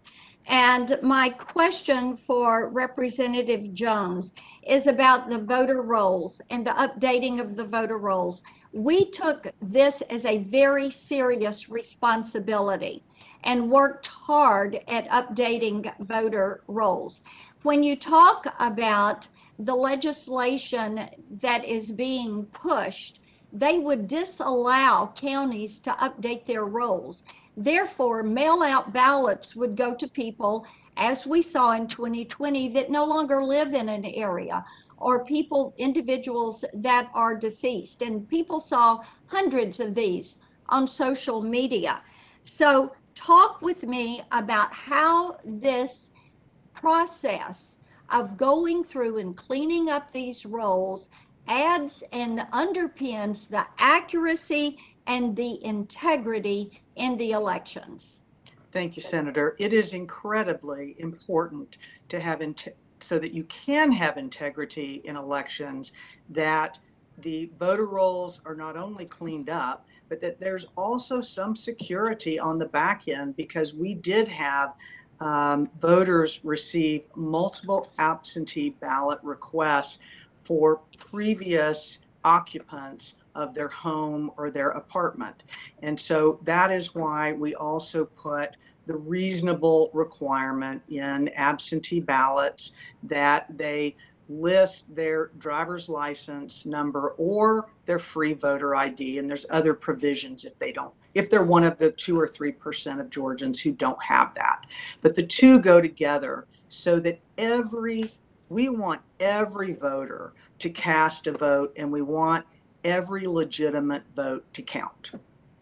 Well, and that is imperative in preserving the one person, one vote rule, is making certain that the rolls are correct, so that only people who currently live in an area are able to vote in that state or in that county for those elections, so that you eliminate a lot of the voter fraud. Voter laws should make the elections more secure, and they should make it more difficult to cheat.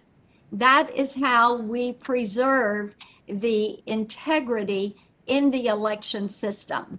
And everyone entitled to vote should be able to vote. Secretary Gardner, I do have a question. Senator, I'm going to submit this to you. I'm going to submit, yes, sir. I'm sorry. I'm going to submit my question to Secretary Gardner.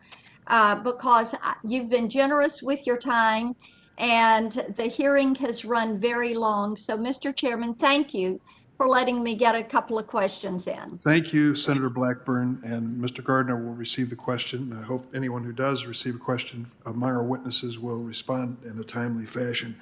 I want to thank the witnesses. This has been a 4-hour hearing, which is unusual in the Senate Judiciary Committee, and is evidence of the interest in this issue as we expected. It is clear that we have work to do. The question is whether we will do something in a bipartisan way to restore the Voting Rights Act. We've been disappointed in recent years that the bipartisanship is gone. Perhaps, as hope springs eternal, that we can rekindle it. I want to thank everyone for participating. I hope that moving forward we can stand together in defense of our democracy. I want to explore with others in this Congress how we can do our part to protect the most fundamental right as Americans.